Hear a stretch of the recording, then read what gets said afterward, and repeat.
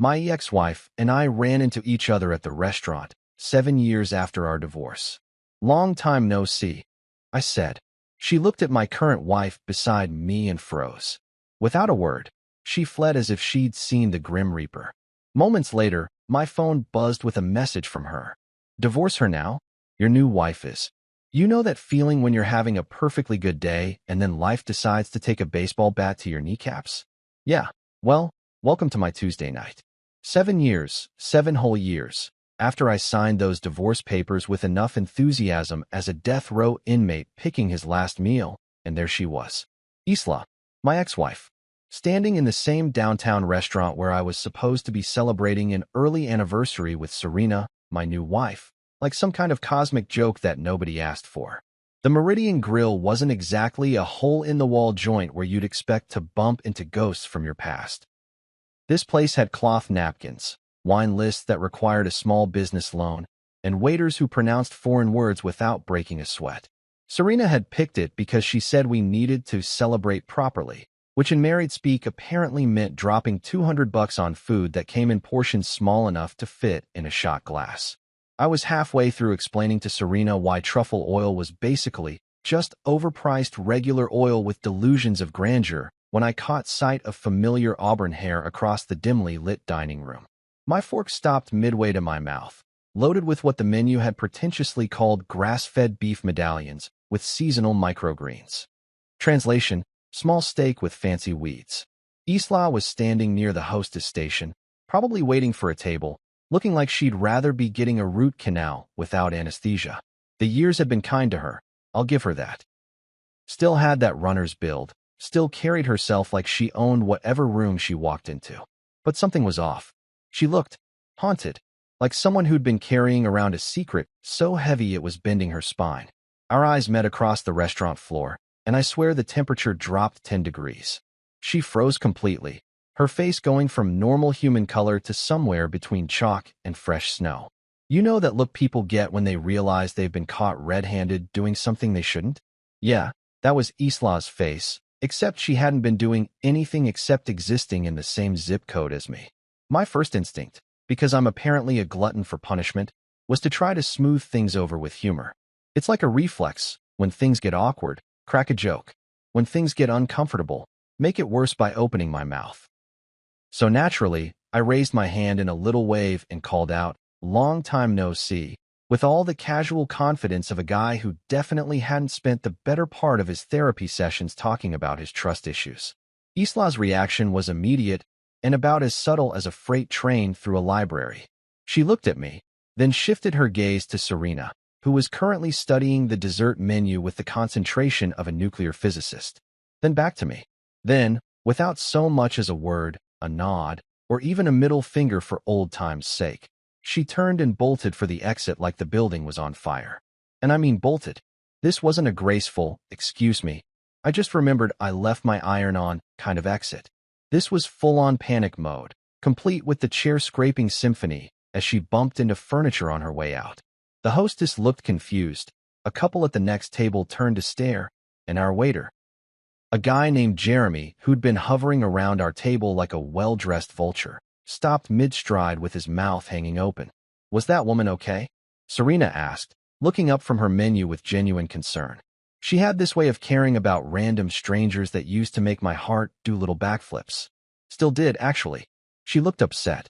I forced what I hoped was a convincing smile, the kind you practice in the mirror when you're trying to convince yourself that everything's fine. "Just someone from the past," I said, reaching for my water glass because my mouth had suddenly gone drier than Arizona in August. "You know how it is." Serena nodded and went back to debating between the chocolate souffle and the creme brulee, apparently satisfied with my non-explanation. That's the thing about Serena. She trusted me. Completely, unconditionally, sometimes to the point where I wondered if she'd been dropped on her head as a child. It was refreshing after years of marriage to someone who questioned whether I was lying about what I had for lunch. But I couldn't shake the image of Isla's face. That wasn't just surprise or embarrassment. That was fear. Raw, honest-to-God terror, like she'd seen something that was going to give her nightmares for the next decade. What the hell could cause that kind of reaction? We'd parted on decent terms, all things considered. Sure, The divorce hadn't been a cakewalk, but we'd managed to divide our assets without hiring hitmen or burning down each other's houses. Minutes crawled by like they were stuck in molasses. Serena ordered the souffle. I pretended to care about coffee, and Jeremy continued to hover with the persistence of a used car salesman. I was just starting to convince myself that maybe I'd imagined the whole thing, that Isla's reaction was just normal awkwardness amplified by expensive wine and dim lighting, when my phone buzzed against my leg. Text message. Unknown number. I almost ignored it, probably spam about my car's extended warranty or some prince in Nigeria who needed my bank account information. But something made me look. Maybe it was curiosity. Maybe it was the same instinct that makes you slow down to look at car accidents. The message made my stomach drop faster than a roller coaster with commitment issues. Divorce her now. Your new wife is. And then nothing. The text just cut off like someone had been typing too fast and hit send by accident, or like they'd been interrupted mid-warning by something more urgent than my marital status. I stared at the screen, reading those words over and over until they burned themselves into my retinas. My hands were shaking. Actually shaking, like I was having some kind of medical episode. I excused myself from the table, mumbling something about needing the restroom, and practically sprinted across the restaurant floor. The men's room was mercifully empty, all black marble and mirrors that reflected my sudden pallor back at me in high definition. I gripped the sink edge until my knuckles went white, rereading the message for the 100th time. The unknown number meant nothing.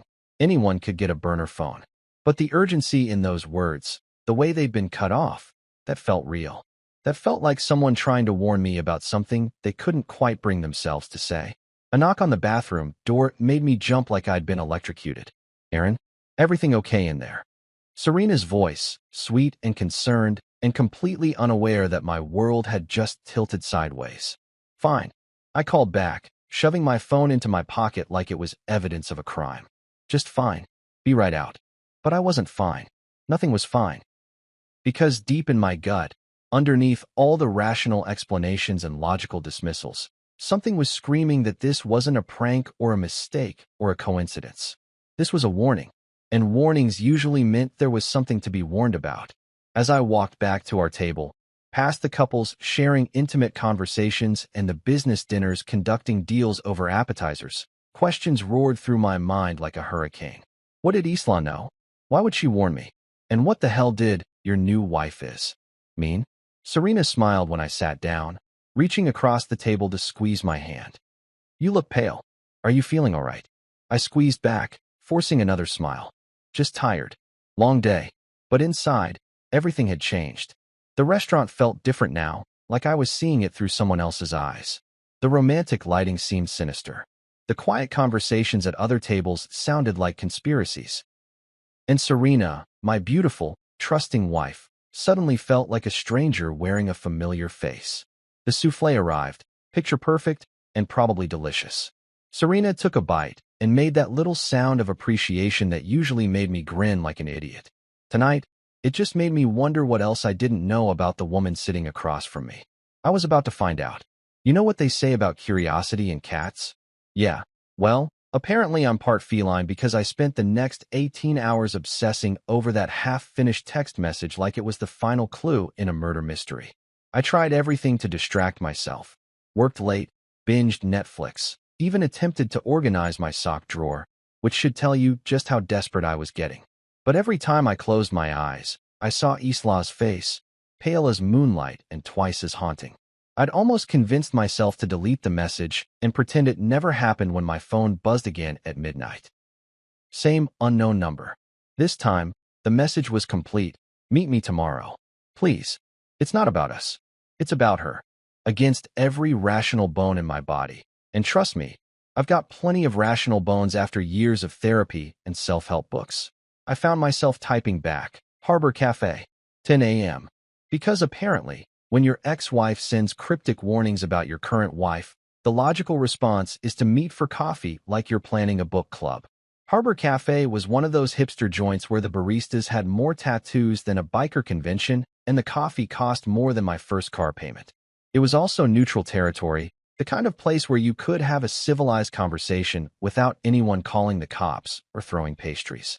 I arrived 15 minutes early because punctuality is apparently my superpower, and spent the time nursing a latte that tasted like burnt dreams and regret. Isla walked in at exactly 10 o'clock because she'd always been annoyingly punctual too. 7 years had changed her, but not in the ways you'd expect. She looked tired, like someone who'd been running on caffeine and determination for too long. Her hair was shorter than I remembered, cut in one of those sharp bobs that screamed, "I made some major life decisions at a salon." She was wearing jeans and a sweater that had seen better decades, and she moved like someone who was constantly looking over her shoulder. She ordered black coffee, no sugar, no cream, no nonsense, and slid into the booth across from me without the usual small talk that normal people engage in. "No, how've you been?" Or "You look good," or "Funny weather we're having." Just straight to business, which should have been my first clue that this wasn't going to be your average catch-up session with the ex. Without saying a word, she reached into her purse and pulled out a folded piece of paper, sliding it across the scarred wooden table like she was dealing cards in a high-stakes poker game. I unfolded it carefully, expecting maybe a legal document or a medical report or possibly her grocery list. What I got instead was a mugshot. The woman in the photo had blonde hair instead of dark, a different name at the bottom, Vivian Cross, and was clearly several years younger. But the bone structure was close enough to make my chest tighten with recognition. The eyes were the same shape, the nose had the same slight upturn, and there was something about the way she held her mouth that made my coffee suddenly taste like acid. "She goes by Serena now," Isla whispered, her voice barely audible over the ambient noise of grinding coffee beans and pretentious indie music. But that's not her first life. 10 years ago, she was Vivian Cross. Fraud charges in Arizona. Multiple counts. She got off on a technicality, but the damage was done. I stared at the mugshot, my brain doing mental gymnastics trying to reconcile the woman in the photo with the woman who made me pancakes every Sunday morning and left little love notes in my lunch. "This is insane," I said, but my voice sounded weak even to my own ears. "This could be anyone. People have doppelgangers all the time." Isla's laugh was bitter as black coffee. "She befriended me back then, Aaron. This was during our last year of marriage, when things were getting rocky. She showed up at my yoga class, started asking innocent questions. About you, your business, your accounts, your habits. I thought she was just being friendly, maybe a little nosy. But she was collecting information. The cafe suddenly felt too small, too warm, too full of people who didn't know that my world was currently imploding over a $20 latte. You're telling me that Serena, my wife, somehow orchestrated our divorce?" She planted doubts. Isla continued, her fingers wrapped around her coffee cup like it was keeping her anchored to reality. "Little things at first. Did I know you'd been working late? Had I noticed any changes in your behavior? Was I sure you were happy?" She was like a therapist from hell, asking all the right questions to make me paranoid about everything. I remembered those final months of our marriage, how Isla had become increasingly suspicious, questioning my every move, accusing me of things I'd never even thought about doing. At the time, I'd chalked it up to stress from her job and the normal wear and tear that marriages go through. I'd never considered that someone might be pulling the strings behind the scenes like some kind of relationship puppet master. "That's why our marriage cracked," Isla said, her voice shaking with either anger or grief or both. "Not because we fell out of love, not because we wanted different things. Because someone systematically poisoned our trust in each other. And now she's with you. Aaron, this isn't an accident. This is a pattern." I pushed back hard because that's what you do when someone tries to tell you that your reality is actually a carefully constructed lie. "That's impossible. Serena's kind, caring. She makes me tea when I can't sleep. She listens to my problems. She actually gives a damn about my day." Isla gave me a look that could have pierced steel. "And when did your fatigue start? The racing heart? The insomnia that she's so conveniently helping you with?" The question hit me like a slap across the face. My sleep problems had started about a month after Serena and I got married. Nothing dramatic, just a gradual increase in restlessness, a heart that seemed to beat a little too fast, a constant feeling of being tired even after a full night's sleep. Serena had been so concerned, so helpful, brewing me special chamomile tea and insisting I see a doctor. "You're being paranoid," I said, but the words felt hollow. "Stress causes insomnia. I've been working long hours, dealing with new marriage adjustments. It's normal. Don't dismiss me, Aaron. Please. Isla leaned forward, her eyes intense. I know how this sounds. I know you think I'm the crazy ex-wife who can't let go. But I spent 2 years after our divorce wondering what went wrong, blaming myself, thinking I was losing my mind. When I finally figured out what happened, it was too late to fix us. But it's not too late for you.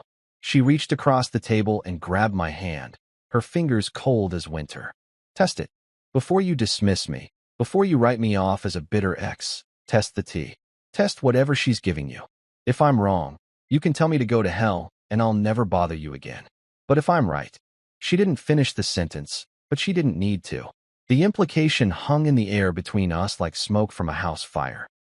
I sat there, staring at the mugshot of a woman who looked almost exactly like my wife, listening to my ex-wife tell me that my current marriage was built on a foundation of lies and possibly slow-acting poison. The rational part of my brain was screaming that this was insane, that Isla was clearly having some kind of breakdown, that there had to be a logical explanation for everything. But there was another part, a quieter voice in the back of my mind, that was whispering uncomfortable truths about timing and coincidences and the fact that my health problems had started right around the time I'd begun drinking Serena's specialty every night. I left the cafe with the mugshot burning a hole in my pocket and Isla's words echoing in my head like a broken record. The drive home was a blur of stop signs and traffic lights and the constant buzzing of questions I didn't want to ask. What if Isla was right? What if the woman I'd fallen in love with, married, and trusted with my life was actually someone else entirely? That night, when Serena handed me my usual chamomile tea with her usual loving smile, I forced myself to smile back and take the cup. But for the first time in months, I didn't drink it. Instead, I sat there holding the warm ceramic, staring into the amber liquid, and wondering if the woman who claimed to love me was actually trying to kill me. Her words clung to me like burrs for the rest of the day, scratching at every interaction, every gesture, every kind word. By the time I went to bed that night, I knew one thing for certain. I was either about to prove my ex-wife was crazy or discover that my current wife was a monster. You know that moment when you're standing at the edge of a cliff and you know you're about to jump, but you're not entirely sure if there's water below or just really expensive concrete. Yeah, that's exactly how I felt walking into my garage at 2 in the morning with a mason jar and the determination of a man who'd either lost his mind or was about to save his life. The tea was still sitting on my nightstand, exactly where I'd left it after pretending to take my usual pre-bedtime sips. Serena had been so pleased when I'd complimented the extra soothing blend she'd made, telling me how she'd added some new herbs she'd picked up at that fancy organic market downtown. The same market, I now realized with the kind of clarity that comes with paranoia, that she'd started frequenting right around the time my sleep problems began. Sealing that tea in a ball jar felt like I was collecting evidence for a crime that might not have happened yet. The amber liquid looked innocent enough. Hell, it smelled like every grandmother's remedy for insomnia since the dawn of time. But Isla's words kept rattling around in my head like loose change in a washing machine. Test it before you dismiss me. So here I was, sneaking around my own house like some kind of suburban spy, trying to figure out how to get chamomile tea analyzed without sounding like a complete lunatic. Turns out, when you're potentially being poisoned by your spouse, your social circle becomes remarkably limited. Who exactly do you call for that kind of favor? Hey buddy, mind testing this tea for toxins? My ex-wife thinks my current wife is trying to murder me. How's your Tuesday going? That's when I remembered Dr. Marcus Hale. We'd gone to college together, pledged the same fraternity, and spent 4 years convincing each other that beer was a food group and sleep was optional. Marcus had gone on to medical school while I pursued a business degree, but we'd stayed in touch over the years. More importantly, he ran a small diagnostics lab downtown that specialized in the kind of discreet testing that didn't require insurance claims or nosy questions. I called him the next morning, trying to sound casual while my heart was doing its best impression of a jackhammer. Marcus, hey, it's Aaron. Listen, I need a favor. A quiet one. There was a pause on the other end, the kind that suggested Marcus was either very busy or very suspicious. Define quiet, he said finally, and I could picture him in his lab coat, probably surrounded by test tubes and expensive equipment that could tell you everything about a person's body chemistry except why they made such terrible life choices. I need something tested. For toxins. And I need you to not ask questions about why. Another pause, longer this time. Marcus had always been the smart one in our group. The guy who could solve calculus problems in his head, while the rest of us were still trying to figure out what X meant. Aaron, are you in some kind of trouble? Maybe. Probably. I honestly don't know yet. I was standing in my office, staring out the window at suburban normalcy, kids riding bikes, neighbors walking dogs, mailmen delivering bills and catalogs like the world wasn't potentially falling apart one cup of tea at a time.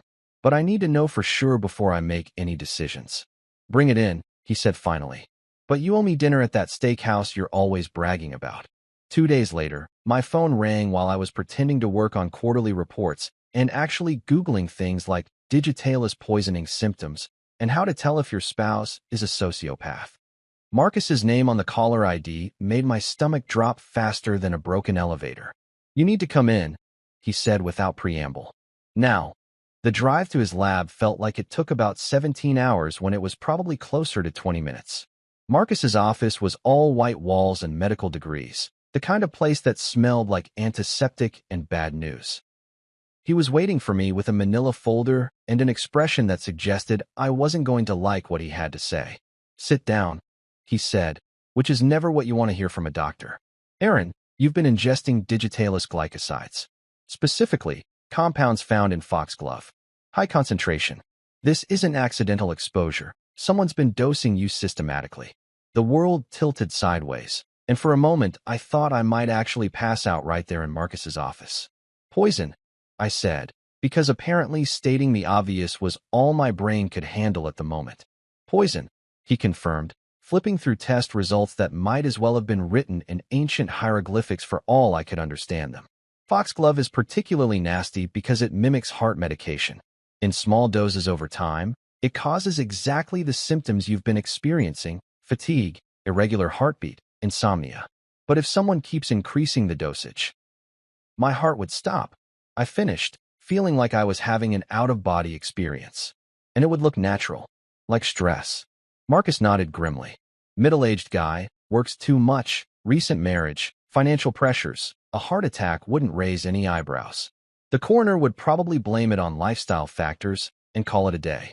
I sat there for a moment, trying to process the fact that someone I trusted, someone I'd pledged to love and honor, and all that other wedding nonsense, had been systematically trying to kill me with herbal tea. It was like finding out Santa Claus was actually a serial killer who specialized in chimney-related deaths. How long? I asked, because apparently I was a glutton for punishment. Marcus ran another test, something involving my hair, which I didn't know was possible, but then again, I'd learned a lot of uncomfortable things about forensic science in the past 48 hours. For weeks, he said, studying the results with the concentration of a man who solved puzzles for a living. Consistent doses, gradually increasing. Whoever's doing this knows exactly what they're doing. This is an amateur hour, Aaron. This is someone with knowledge of pharmacology, someone who understands how to make murder look like natural causes. I drove aimlessly after leaving Marcus's lab, my mind spinning like a washing machine on the fritz. Eventually, I found myself parked by the river, watching joggers and dog walkers go about their normal lives while I sat in my car, holding proof that my wife was trying to murder me with the efficiency of a professional hitman and the subtlety of a master chef. My phone buzzed with a text from Serena. Don't forget your tea tonight. You looked pale this morning. Love you. I stared at that message for a long time, reading it over and over until the words started to blur together. The casual concern, the loving reminder, the heart emoji at the end. It all felt like a performance now, like lines delivered by an actress who'd been playing the same role for months. My knuckles were white where I gripped the steering wheel, and I realized I was shaking again. Not from fear this time, but from rage. Pure, crystalline fury at being played for a fool, at being manipulated by someone who kissed me goodnight and then tried to poison me to death with chamomile tea and fake concern. But underneath the anger was something else, determination. Because now I had proof. Not paranoia, not wild theories from an ex-wife with questionable motives, but actual scientific evidence that someone was trying to kill me, and that someone was sleeping in my bed, cooking in my kitchen, and asking about my day like she gave a damn whether I lived to see tomorrow. The question now wasn't whether Serena was trying to murder me. The question was what I was going to do about it. You know what they don't teach you in marriage counseling? How to assemble a team when you discover your spouse is trying to murder you with herbal tea. Turns out, there's no handbook for My Wife is a Sociopathic Poisoner, a beginner's guide to not dying. So there I was, sitting in my car with scientific proof that someone wanted me dead, trying to figure out my next move like I was planning a heist instead of trying to save my own life. Step 1 was swallowing my pride, which tasted about as bitter as digitalis-laced chamomile. I called Isla, because apparently when your current wife is trying to kill you, your ex-wife starts looking like a pretty reliable ally. The irony wasn't lost on me. 7 years ago, I couldn't wait to get away from Isla, and now I was calling her for help because she might be the only person standing between me and a heart attack that would look suspiciously natural. I need to see you again, I said when she picked up, skipping the pleasantries because small talk seemed pretty pointless when you're discussing attempted murder. You were right. About everything. There was silence on the other end, the kind that stretches long enough to make you wonder if the call dropped or if the person on the other side is having a small breakdown. Finally, Isla spoke, her voice quiet and strained. How bad is it? Foxglove. For weeks of systematic poisoning. My friend Marcus tested the tea. High concentrations of digitalis glycosides. The words felt surreal coming out of my mouth, like I was reading lines from a really twisted episode of some crime drama. She's been dosing me every night, probably working up to a fatal heart attack. Isla made a sound that was half sob, half bitter laugh. Jesus, Aaron. I'm so sorry. I should have told you sooner, should have warned you the minute I figured it out. We met at her apartment, a small place across town that was nothing like the house we'd shared during our marriage. It was minimalist, almost Spartan, like she'd stripped away everything that wasn't absolutely necessary for survival. She made coffee, regular coffee, not the kind that came with a side of cardiac arrest, and we sat at her kitchen table while she told me the rest of the story. After our divorce, I couldn't let go of the feeling that something was wrong, she said, wrapping her hands around her mug like it was keeping her warm. I kept thinking about that woman from yoga class, Vivian. She'd disappeared right after our marriage fell apart, just vanished like she'd never existed. So I hired a private investigator. Isla reached into a manila envelope and pulled out a stack of papers that looked like they'd been photocopied from police files. Vivian Cross, alias Victoria Chun, alias Sarah Martinez. She's got a pattern, Aaron. She targets divorced men or men in troubled marriages. She befriends the wives, plants seeds of doubt, helps orchestrate the divorce, and then swoops in to comfort the grieving ex-husband. The photos showed the same woman with different hair colors, different names, but always the same bone structure. Always the same predatory smile. How many? I asked, though I wasn't sure I wanted to know the answer. At least 6 that we could find. 3 of them died within 2 years of marrying her. Heart attacks, all ruled natural causes. 2 others divorced her after becoming suspicious, but not before she'd cleaned out their bank accounts. Isla's voice was matter-of-fact, like she was discussing the weather instead of a serial killer's greatest hits. The PI thinks there are probably more, but she's good at covering her tracks. I stared at the evidence spread across Isla's kitchen table. Police reports, death certificates, newspaper clippings about tragic sudden deaths, and mysterious heart ailments in otherwise healthy men. It was like looking at my own obituary, written in advance, and just waiting for the right moment to be published. There's something else, Isla said, pulling out another document. She mentioned a name once, during a phone call I overheard. Maddox Rourke. I didn't think anything of it at the time, but the PI found a connection. Shell companies, money transfers, real estate purchases. She's not working alone, Aaron. This is organized. The idea that my attempted murder was some kind of business venture made my skin crawl. It was one thing to think that Serena had fallen out of love with me and decided poison was easier than divorce lawyers. It was something else entirely to realize that I was just another mark in what appeared to be a very profitable enterprise. But I couldn't handle this alone, and Isla, for all her good intentions, wasn't exactly equipped to take on a criminal organization. That's when I remembered Derek Voss, my oldest friend and the most paranoid person I'd ever met. Derek had done 2 tours in Afghanistan as a military police officer before getting into private security, and he'd spent the last decade convinced that everyone was either lying to him or trying to kill him. Turns out, in my case, he might have been right. Derek listened to my story with the kind of calm focus that made me remember why he'd been good at his job. He didn't interrupt, didn't ask stupid questions, didn't suggest that maybe I was overreacting. He just nodded along like attempted murder by herbal tea was a perfectly normal Tuesday afternoon conversation. First thing we need is surveillance, he said when I finished explaining the situation. Audio, video, whatever we can get. If she's planning to escalate, we need to catch it on record. Within hours, Derek had turned my house into something out of a spy movie. Hidden cameras and light fixtures, audio recorders disguised as electrical outlets, motion sensors that would alert us to any unusual activity. He routed all the feeds to a secure server that we could access remotely, turning my home into a fishbowl where every conversation, every gesture, every moment of apparent domestic bliss would be recorded for posterity. Play along, Derek advised as he finished installing the last camera. Make her think the poison is working. Act tired, complain about your heart racing. Let her think she's winning. The more confident she gets, the more likely she is to make a mistake. Meanwhile, Isla had another surprise for me. I want you to meet my sister, she said the next day. Tessa's a forensic accountant. If there's money involved in this, and there always is, she'll find it. Tessa was like a younger, more caffeinated version of Isla, with the kind of intense focus that you usually see in people who hunt serial killers for a living. She was skeptical at first, probably thinking her sister had dragged her into some kind of messy divorce drama. But that changed when she got a look at my financial records. Holy shit, she said, staring at her laptop screen like it had just revealed the meaning of life. Aaron, you've been hemorrhaging money for months. Look at this. Transfers to shell companies, investment accounts you didn't open, automatic payments to businesses that don't exist. She turned the screen toward me, pointing at line after line of transactions that I'd never authorized. $600,000, moved in small increments over the past several months, all going to companies with names like Meridian Holdings and Cross Creek Investments. It was like watching my financial life get dismantled one wire transfer at a time. This is sophisticated, Tessa continued, her fingers flying over the keyboard as she traced the money trail. Multiple layers of shell companies, offshore accounts, cryptocurrency conversions.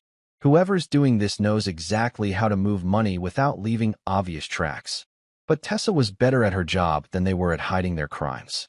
Within hours, she'd connected the shell companies to a web of real estate investments, business partnerships, and bank accounts that all led back to one name, Maddox Rourke. He's got a condo in Nevada, bought with cash the same month you met Serena, Tessa explained, showing me property records and financial documents. Plus investments in 3 different companies that all seem to exist solely to launder money. This isn't just fraud, Aaron.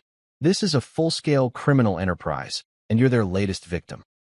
I sat in Isla's apartment, surrounded by evidence of my own systematic destruction, and realized that I'd stumbled into something much bigger than a simple case of spousal homicide.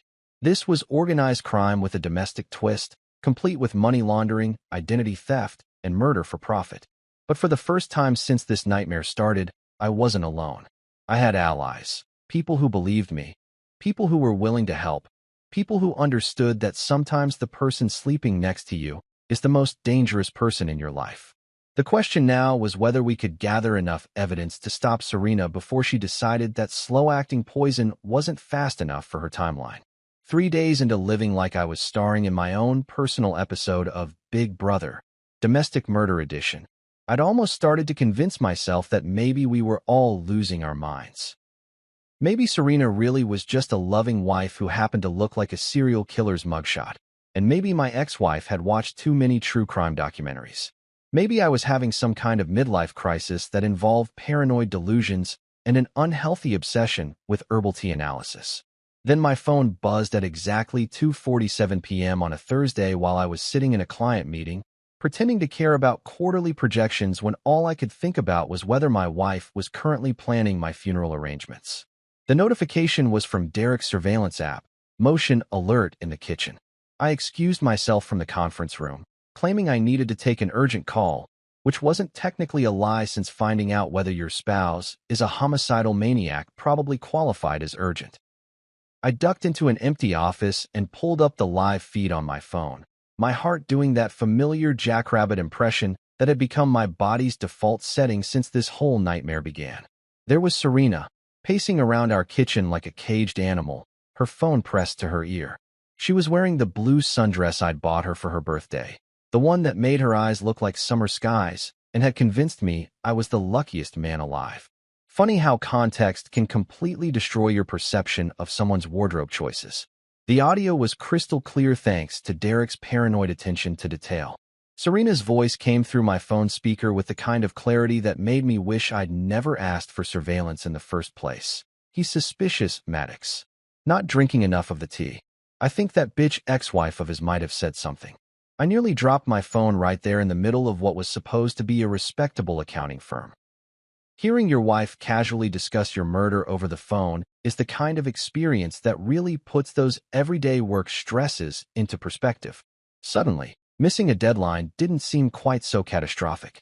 No, I haven't increased the dosage yet, Serena continued, running her free hand through her hair in frustration. We agreed on gradual escalation.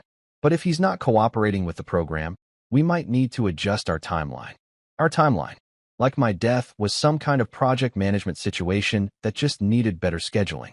I found myself taking notes, which probably said something disturbing about my psychological state. But at that point, I figured documentation was more important than maintaining my sanity. Maddox's voice was barely audible through the phone, but I caught enough to make my blood turn to ice water. Something about alternative methods and making it look accidental. Serena nodded along like they were discussing vacation plans instead of the best way to dispose of an inconvenient husband. If the tea doesn't work, we'll make it an accident, Serena said, her voice taking on the kind of casual matter-of-fact tone that people usually reserve for discussing the weather. All those power tools in his workshop, accidents happen all the time. Tables saw mishaps, electrical problems, carbon monoxide from that old generator he's always tinkering with. She'd been planning my death using my own hobbies. There was something particularly insulting about that, like she couldn't even be bothered to come up with an original murder method. Death by woodworking equipment. It was almost embarrassingly mundane for what was supposed to be a sophisticated criminal operation. The insurance payout is substantial, she continued, opening our kitchen cabinet with the kind of familiar ease that made me realize she'd probably been having this conversation in our house for weeks. $2 million, plus the life insurance from his business partnership. Split 3 ways like we agreed, minus operational expenses. Split 3 ways. So I wasn't just being murdered for love or passion or even simple greed. I was being murdered as part of a business partnership. My death was literally a line item in someone's budget spreadsheet. The indignity of it was almost worse than the actual murder attempt. Serena pulled out a small brown vial from behind the coffee filters, the kind of innocent-looking bottle that could have contained vanilla extract or essential oils or any number of harmless household substances. Instead, it contained what was apparently my personalized assassination blend, custom-mixed for optimal cardiac failure. I'll increase the concentration tonight, she said, unscrewing the cap and examining the contents like a chef checking seasoning. Double dose should do it. If his heart doesn't give out by the weekend, we'll move to Plan B. Plan B. Because apparently, my murder was important enough to require backup strategies. I watched through my phone screen as she carefully measured liquid from the vial into our tea container, the same container I'd been drinking from every night for months. Her movements were precise, practiced, like she'd done this before. Which, according to Isla's research, she had. Multiple times. Don't worry about the ex-wife, Serena said, screwing the cap back on and returning the vial to its hiding place. Even if she suspects something, who's going to believe her? Bitter ex tries to sabotage new marriage with wild conspiracy theories? Please. Erin's too trusting, too in love to listen to her anyway. The casual confidence in her voice made my hands shake with rage. She was right, of course. A week ago, if Isla had come to me with this story, I would have assumed she was having some kind of breakdown. The idea that my loving, devoted wife was actually a professional black widow would have seemed completely insane. The call ended, and I watched Serena straighten up, smooth down her dress, and transform back into the woman I thought I knew. The woman who would greet me at the door with a kiss and ask about my day and express concern about my continued health problems. The woman who would hand me that poisoned tea with a loving smile and remind me to drink it all because she cared so much about my sleep issues. I sat in that empty office for another 10 minutes, watching her move around our kitchen like nothing had happened, preparing what looked like an early dinner. Probably something healthy and delicious, because even murderers apparently believe in maintaining nutritional standards. The cognitive dissonance was making my head spin. This was the same woman who left love notes in my lunch, who cried during romantic movies, who got excited about farmers market vegetables.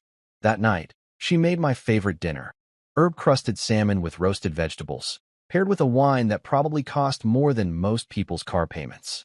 She lit candles, put on jazz music, and created the kind of romantic atmosphere that would have made me feel like the luckiest husband in the world if I hadn't spent the afternoon watching her plan my murder via kitchen cabinet. "You look tired, honey," she said, reaching across the table to touch my hand with what appeared to be genuine concern. "Maybe you should go to bed early tonight. I'll make you some extra strong tea." Extra strong, just like she'd promised Maddox. I forced myself to smile, to play the role of the unsuspecting husband who was grateful for such a caring wife. "That sounds perfect," I said, squeezing her hand back.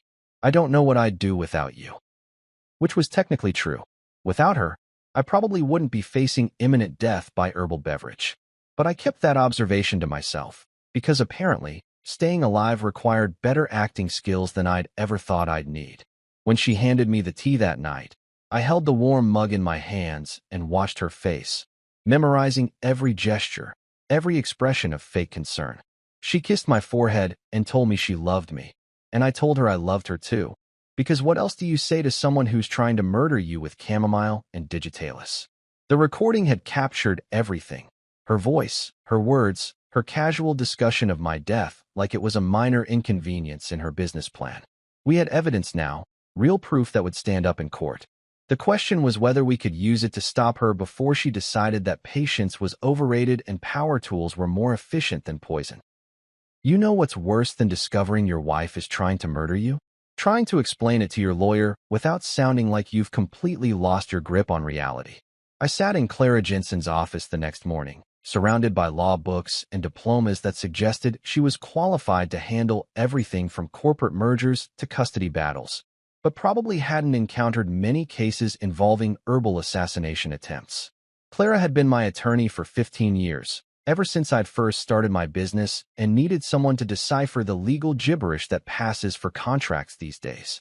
She'd handled my divorce from East Law, my business partnerships, even that time I'd gotten sued by a client who claimed my accounting software had given him carpal tunnel. But this was uncharted territory for both of us.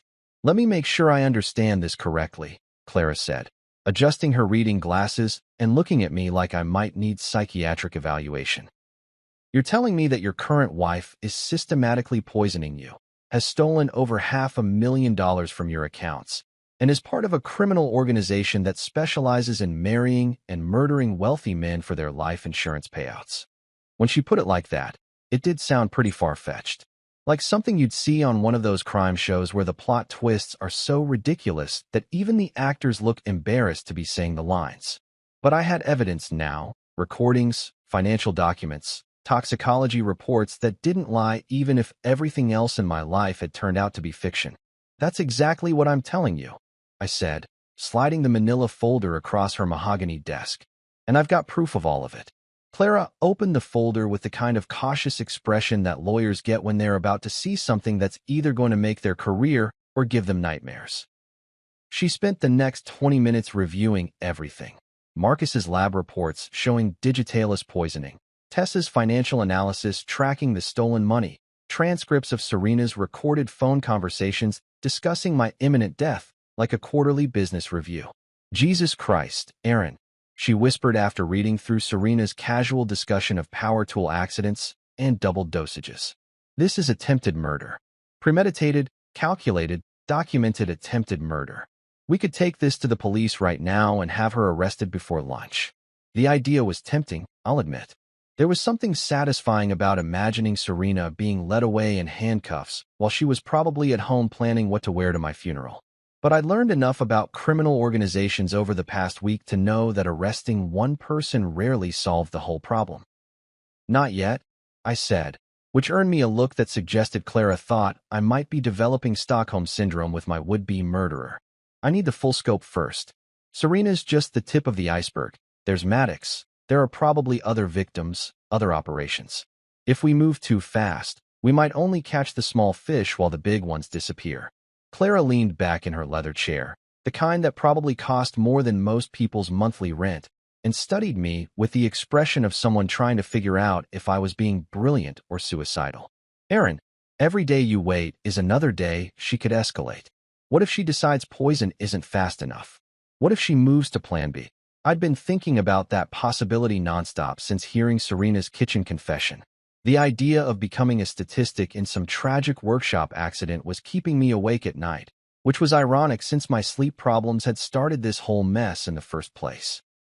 But I also knew that we needed to build an airtight case, something that would put away not just Serena, but everyone involved in what was clearly a much larger operation. I want to end this permanently, I told Clara. All of it. Every person involved, every shell company, every bank account. I want them to pay for what they did to me and what they probably did to other people who weren't lucky enough to have a paranoid ex-wife and friends in forensic accounting. Clara sighed, but I could see the wheels turning behind her eyes. She'd built her career on complex cases, the kind that required strategy and patience and the ability to see 3 moves ahead.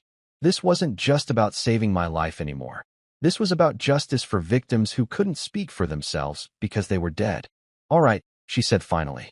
But we're not doing this alone. I'm calling in Detective Luis Moreno. He's with Boise PD, specializes in financial crimes and organized fraud. If we're going to build a case that takes down an entire criminal network, we need law enforcement involved from the beginning. Detective Moreno turned out to be the kind of cop who looked like he'd seen everything twice and wasn't impressed by any of it. He was probably 50, with graying hair and the kind of weathered face that came from years of dealing with humanity's worst impulses. When Clara called him into our meeting, he listened to our story with the stone-faced expression of someone who'd heard stranger things before lunch. Black Widow operations, he said when we finished explaining the situation. We've been tracking similar patterns in 3 other states. Women who target recently divorced men, gain their trust, then systematically drain their assets while slowly poisoning them. Usually they move on before anyone gets suspicious, but it sounds like your wife got greedy. The casual way he discussed it made my skin crawl. This wasn't some unique nightmare that had happened specifically to torment me. This was a business model, a reproducible system for turning love into profit and marriage into murder. I was just another mark in what was apparently a well-established industry. How do we catch them? I asked, because sitting around discussing the sociology of spousal homicide wasn't going to keep me alive much longer. Moreno leaned forward, his expression shifting from bored professional to interested predator. We set a trap. Use you as bait. Let her think she's winning while we document everything. The money transfers, the communication with accomplices, the escalation in poisoning attempts. Build a federal case that includes conspiracy, fraud, and attempted murder across state lines. The idea of using myself as bait in a murder plot wasn't exactly what I'd had in mind when I'd gotten up that morning, but it beat the alternative of ending up as another unexplained heart attack in someone's criminal resume. At least this way, I'd have backup. Meanwhile, Tessa had been busy following the money trail that connected Serena's operation to a web of financial crimes that spanned multiple states. She discovered that Maddox Rourke wasn't just a partner in my potential murder. He was the financial brain behind a network of shell companies that had been laundering money for years. He's got real estate investments in Nevada, Colorado, and Arizona, Tessa explained, showing us property records and incorporation documents. All purchased with cash, all generating rental income that gets funneled through cryptocurrency exchanges and offshore accounts. This isn't just about insurance fraud. They're running a complete money laundering operation. She'd also found something even more disturbing, records suggesting that my case wasn't unique. There were at least 3 other men who died under suspicious circumstances after marrying women who matched Serena's profile, and their insurance payouts had all been processed through companies connected to Maddox's network. This is bigger than we thought, Clara said. reviewing the evidence that kept growing like some kind of legal cancer. We're looking at a criminal enterprise that's been operating for years, possibly responsible for multiple murders, definitely responsible for millions in fraud and money laundering. Detective Moreno nodded, already making notes about federal agencies that would need to be involved. RICO predicates, he said, using cop shorthand that I didn't understand, but that made Clara's eyes light up. We can charge this as organized crime, which means longer sentences and asset forfeiture. Everything they've stolen, everything they've bought with stolen money, it all comes back to the victims. The scope of what we were building was starting to sink in. This wasn't just about stopping Serena from poisoning me. This was about dismantling an entire criminal operation that had been destroying lives for years. It was ambitious, complicated, and dangerous as hell. But for the first time since this nightmare started, I felt like we might actually win. You know what they say about the best laid plans? Yeah, well, nobody ever mentions that when your plan involves using yourself as bait to catch a murderous wife, those plans tend to give you stress ulcers and a permanent case of the shakes.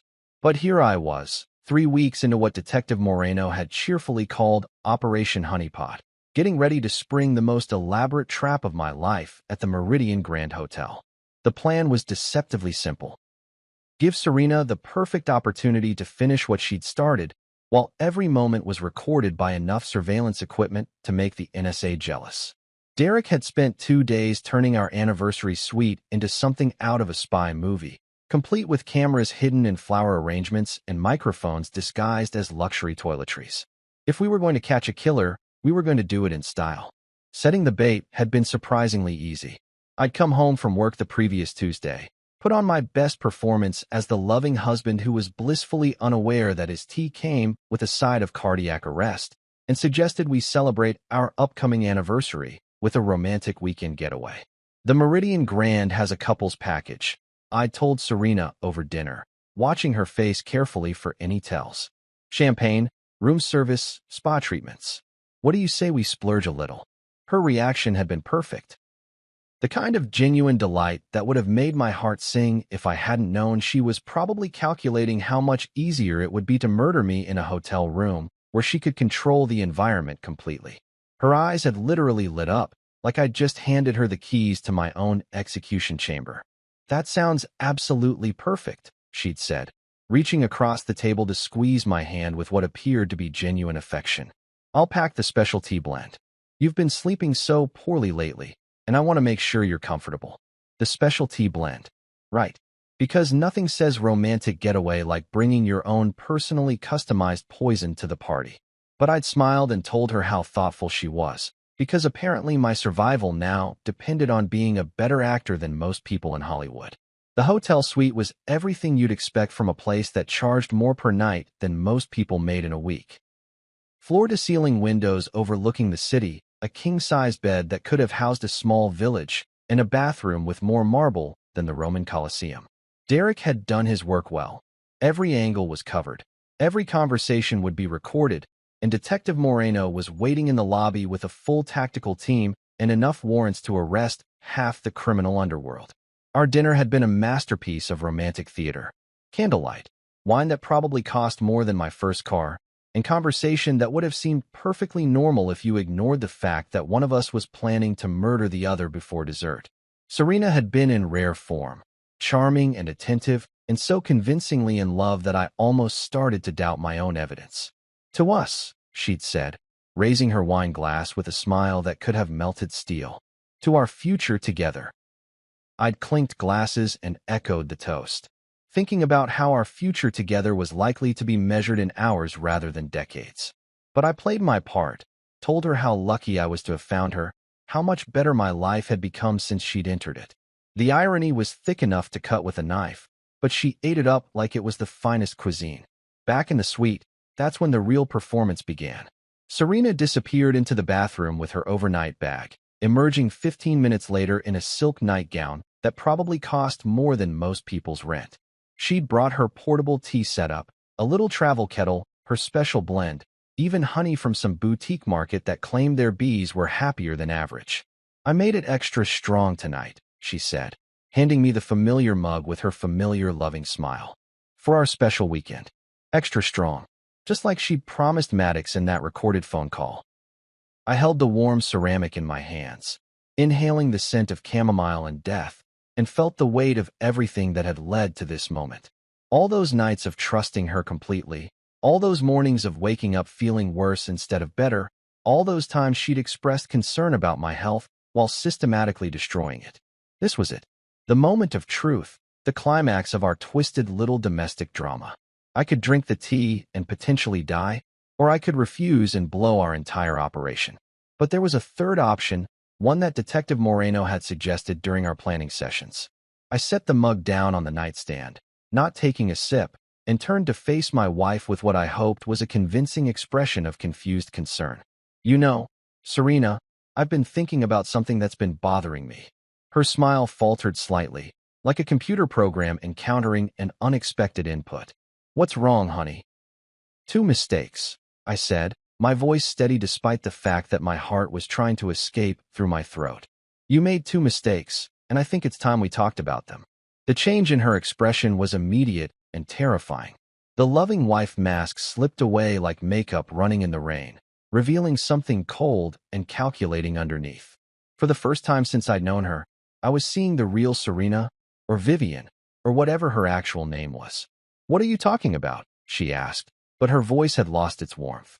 Now she sounded like someone trying to decide whether to run or fight.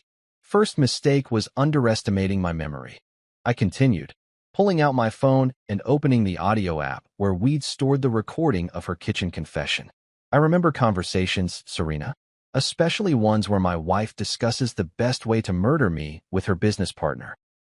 Her face went from confused to panicked to furious in the space of about 3 seconds.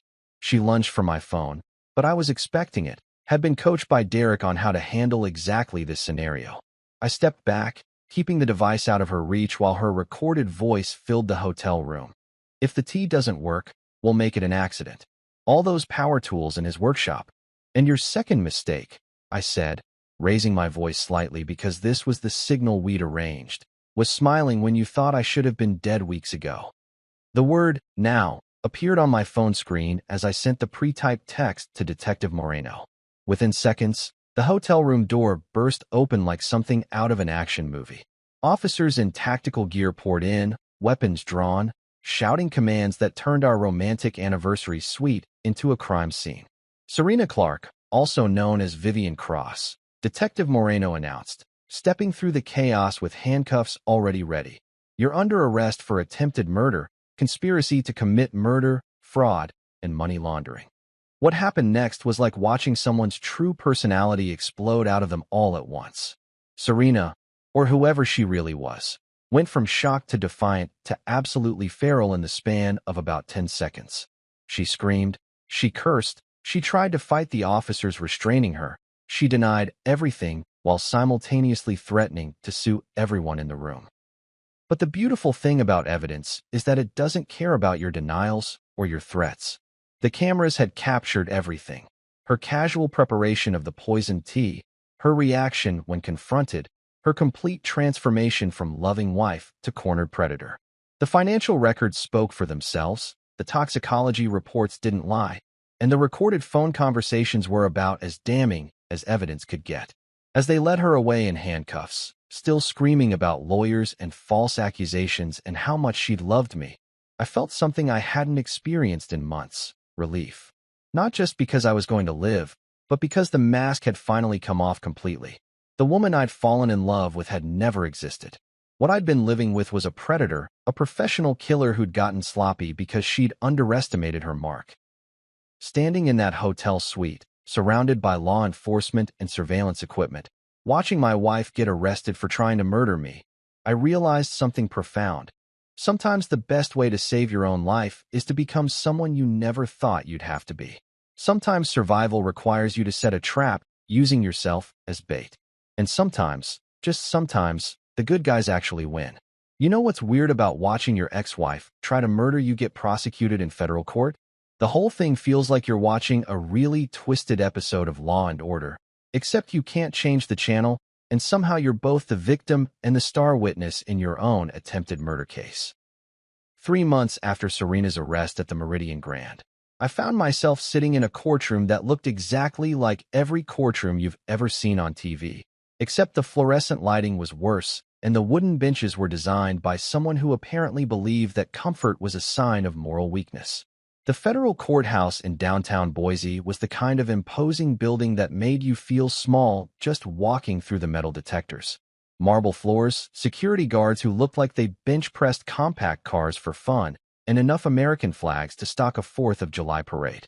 This was where justice happened, or at least where justice tried to happen while battling bureaucracy and legal technicalities.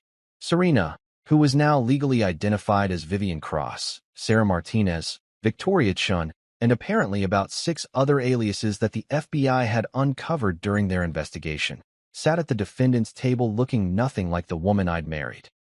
Gone was the soft, caring wife who made me tea and worried about my sleep patterns. In her place was someone harder, colder, wearing an orange jumpsuit that clashed with her complexion and an expression that suggested she was calculating the odds of everyone in the courtroom spontaneously combusting. The prosecution team was led by Assistant U.S. Attorney Jennifer Walsh, a woman who looked like she could argue with a brick wall and win. She'd spent the past 3 months building what she called an airtight case of premeditated murder for financial gain, which sounded a lot more impressive than "my wife tried to poison me" with herbal tea. But that's the thing about federal prosecutors. They have a way of making your personal nightmare sound like an episode of Criminal Minds. Ladies and gentlemen of the jury, Walsh began during her opening statement. Over the next several days, you're going to hear about a criminal enterprise that treats marriage as a business opportunity and murder as a profit center. The defendant, operating under multiple identities, has spent years perfecting a system of targeting, manipulating, and ultimately killing wealthy men for their life insurance payouts. She gestured toward a display board covered with photographs, mugshots, wedding pictures, death certificates, bank records. It looked like a serial killer's trophy wall, except everything was legal evidence instead of twisted souvenirs. This is not a crime of passion. This is not a marriage gone wrong. This is calculated, systematic murder for money, and Aaron Hartwell is lucky to be alive to tell you about it. The defense attorney, a guy named Robert Brennan, who probably charged more per hour than most people made in a month, had decided to go with the devoted wife-driven to desperation strategy. According to him, Serena was just a loving woman who'd gotten in over her head with some bad people, manipulated into actions she never would have taken on her own. It was a bold strategy, considering that we had recordings of her casually discussing power tool accidents and optimal dosing schedules. My client is not the criminal mastermind the prosecution wants you to believe, Brennan argued, gesturing towards Serena with the kind of theatrical flair that probably worked better in movies than in federal court. She's a victim herself, coerced by a criminal organization that preys on vulnerable women and forces them into impossible situations. The first witness was Isla, and watching my ex-wife testify about how my current wife had manipulated our marriage was like experiencing the most awkward family reunion in recorded history. Isla wore a navy blue suit that made her look professional and credible, and she spoke with the kind of careful precision that comes from months of preparation with federal prosecutors. She befriended me at a yoga class, Isla testified, her voice steady despite the fact that every word was being recorded for posterity. She asked questions about Aaron, his work schedule, his finances, his habits. At the time, I thought she was just being friendly, maybe a little nosy. I had no idea she was collecting intelligence for what amounted to a long-term assassination plan. Brennan tried to discredit Isla during cross-examination, suggesting that she was a bitter ex-wife trying to sabotage her former husband's new marriage. But the evidence spoke louder than his objections. The jury could see the pattern, could understand how someone might plant seeds of doubt in a marriage and then step in to comfort the grieving widower. Tessa took the stand next, armed with charts and financial records that made the money laundering operation look like a doctoral thesis in criminal accounting. She explained how the stolen funds had been moved through shell companies, converted to cryptocurrency, and ultimately used to purchase real estate and other assets that generated ongoing income for the criminal network. The defendant gained access to Mr. Hartwell's accounts through a combination of social engineering and identity theft, Tessa explained, pointing to a timeline that showed the progression of financial crimes.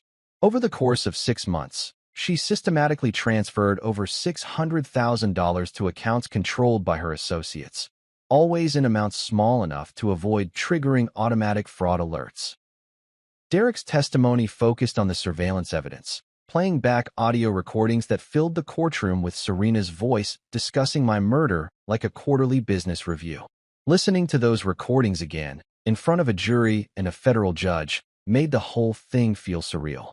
This was my life they were discussing, my death that had been planned with the efficiency of a corporate merger. Dr. Marcus Hale explained the toxicology evidence with the kind of clinical precision that made poisoning sound like a chemistry experiment gone wrong. The defendant was administering digitalis glycosides in gradually increasing doses, he testified, showing the jury lab results that proved systematic poisoning. The progression suggests someone with knowledge of pharmacology, someone who understood how to induce cardiac failure while making it appear to be natural causes. Detective Moreno tied everything together, explaining how the investigation had uncovered a criminal network that spanned multiple states and involved numerous victims. He described other cases, men who died under suspicious circumstances after marrying women with similar profiles, insurance payouts that had been processed through the same financial networks, a pattern of behavior that suggested organized crime rather than isolated incidents. But the prosecution's star witness was Maddox Rourke himself, who'd been arrested 2 days after Serena and had quickly decided that cooperation was preferable to spending the rest of his life in federal prison.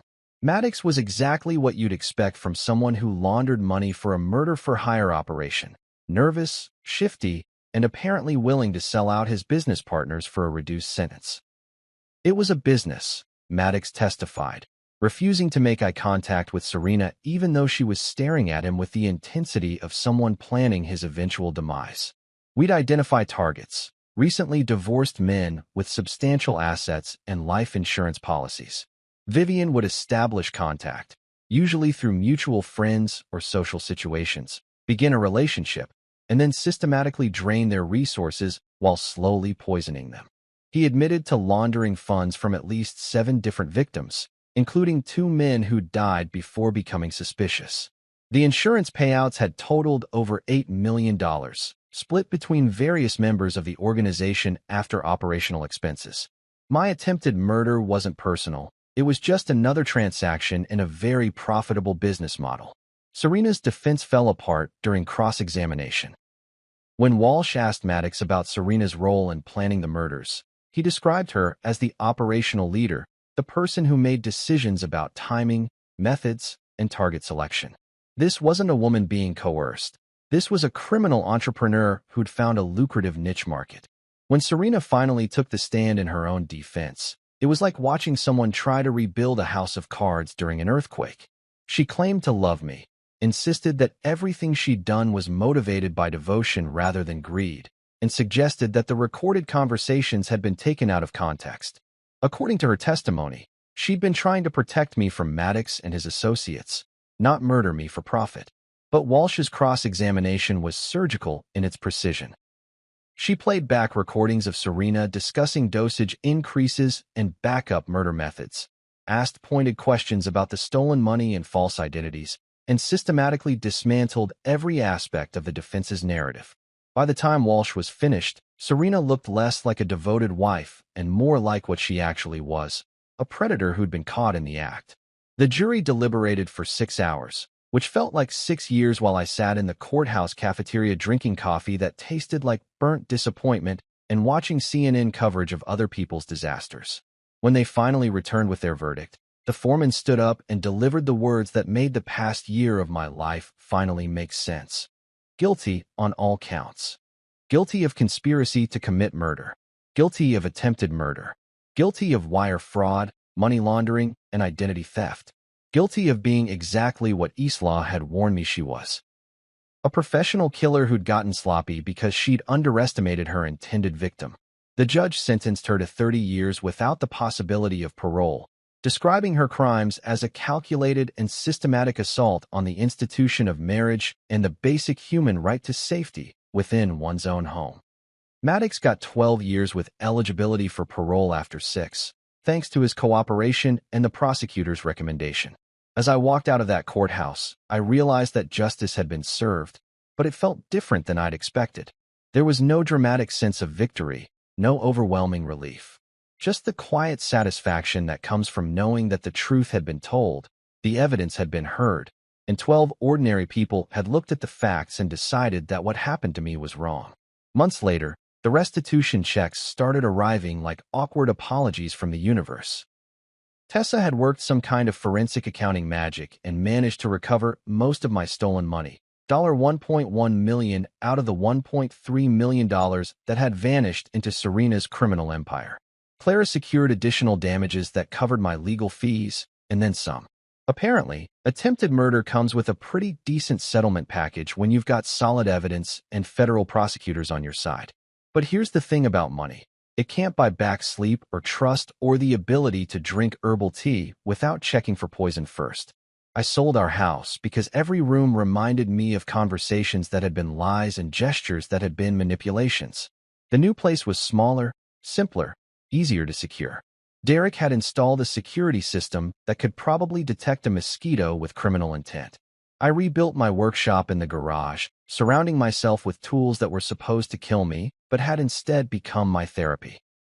There's something honest about wood and metal, something reliable about measuring twice and cutting once. Objects don't lie or plot or smile while planning your funeral. One winter evening, while I was putting the finishing touches on a walnut dining table, the mail brought an unexpected surprise. Prison stationery, Serena's handwriting, my name spelled out in the careful script of someone with too much time to think. I loved you. The letter began, because even convicted murderers apparently believe their own publicity. Everything I did was for us, for our future together. The money, the planning, it was all so we could be free, so we could start over somewhere new.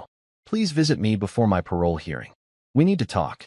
I read it once, sitting in my kitchen with a cup of coffee that I'd made myself, then carried it to the fireplace.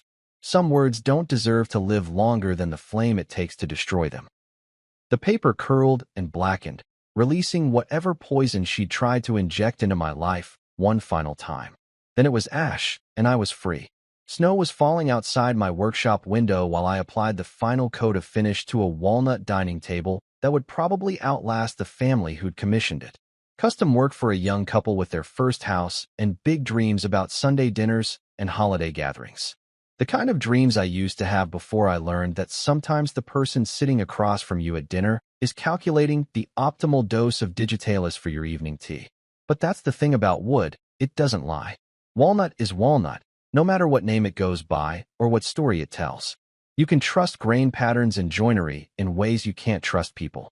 This table would hold their meals, their conversations, their arguments, and their reconciliations for decades to come, assuming they chose their spouses more carefully than I had. I carved a message into a hidden beam where only someone completely dismantling the table would ever find it. Justice doesn't beg. It builds its own door. Not profound enough for philosophy textbooks, but true enough for my current worldview. My phone buzzed occasionally, Derek checking in, Tessa sending updates about other victims getting restitution, Clara forwarding legal documents about appeals that wouldn't succeed. Even Isla called sometimes, not to relitigate our marriage, but to check that I was still breathing and hadn't developed any new suspicious symptoms.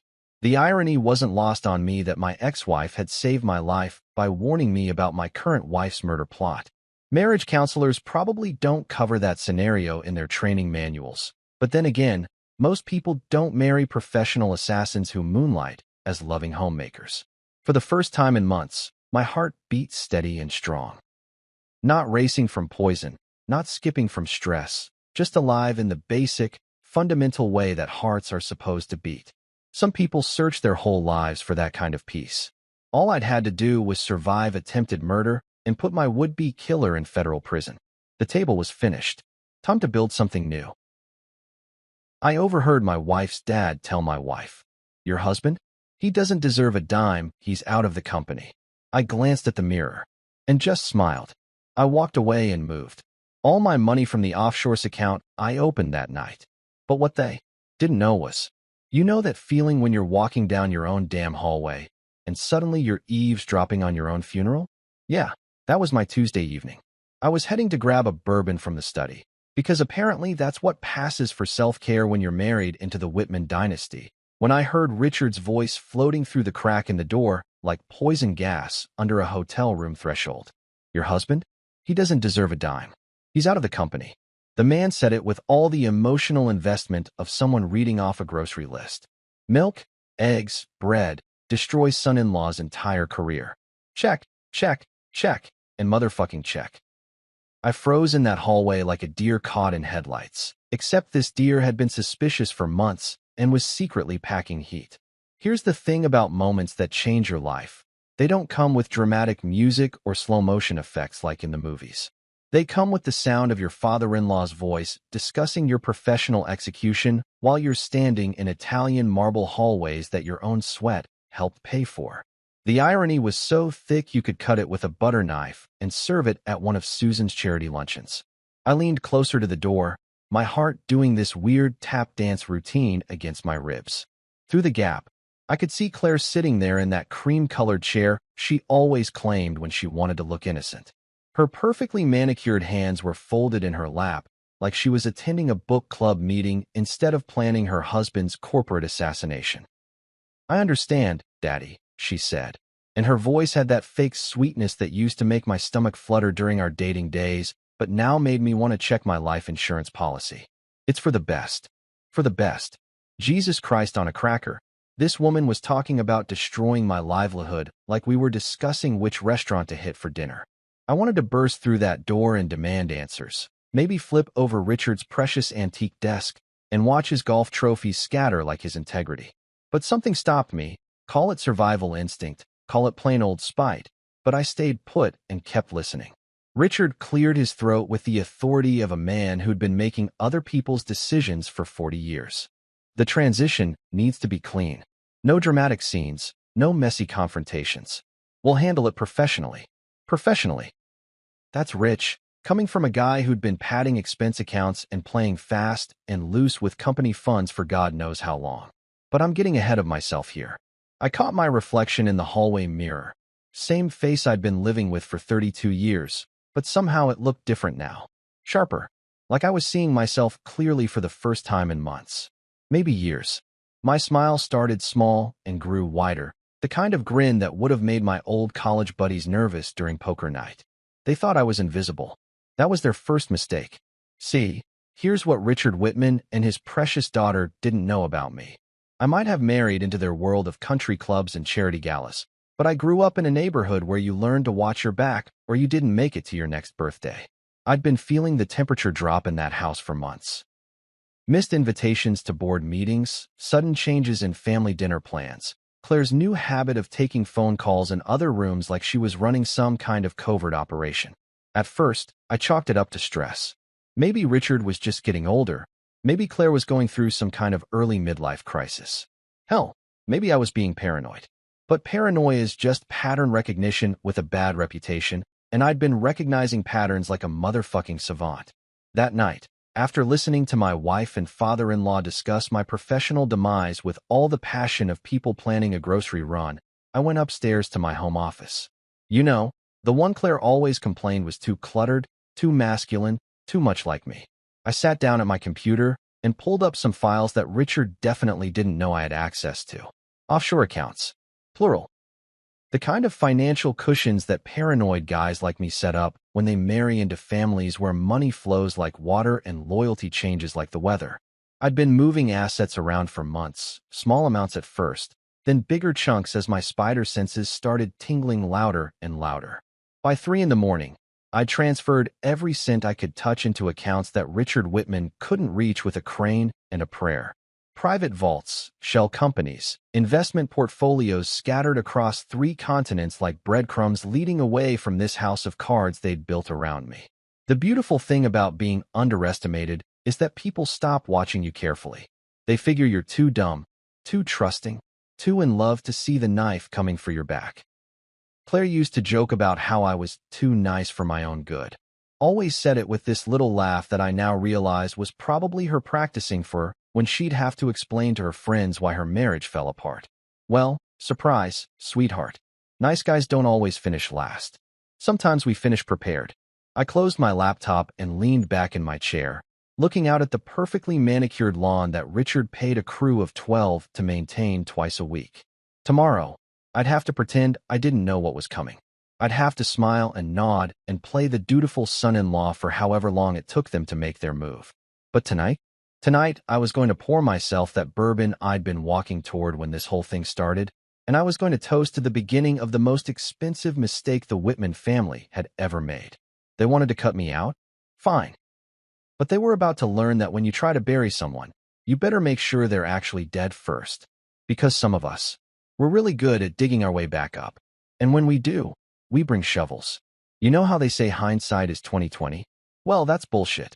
Hindsight is more like having perfect vision while someone's beating you over the head with a baseball bat made of your own stupidity. Looking back now, I can see the writing on the wall, so clearly it might as well have been spray-painted in neon fucking pink with arrows pointing at it. The first sign should have been the board dinner in September.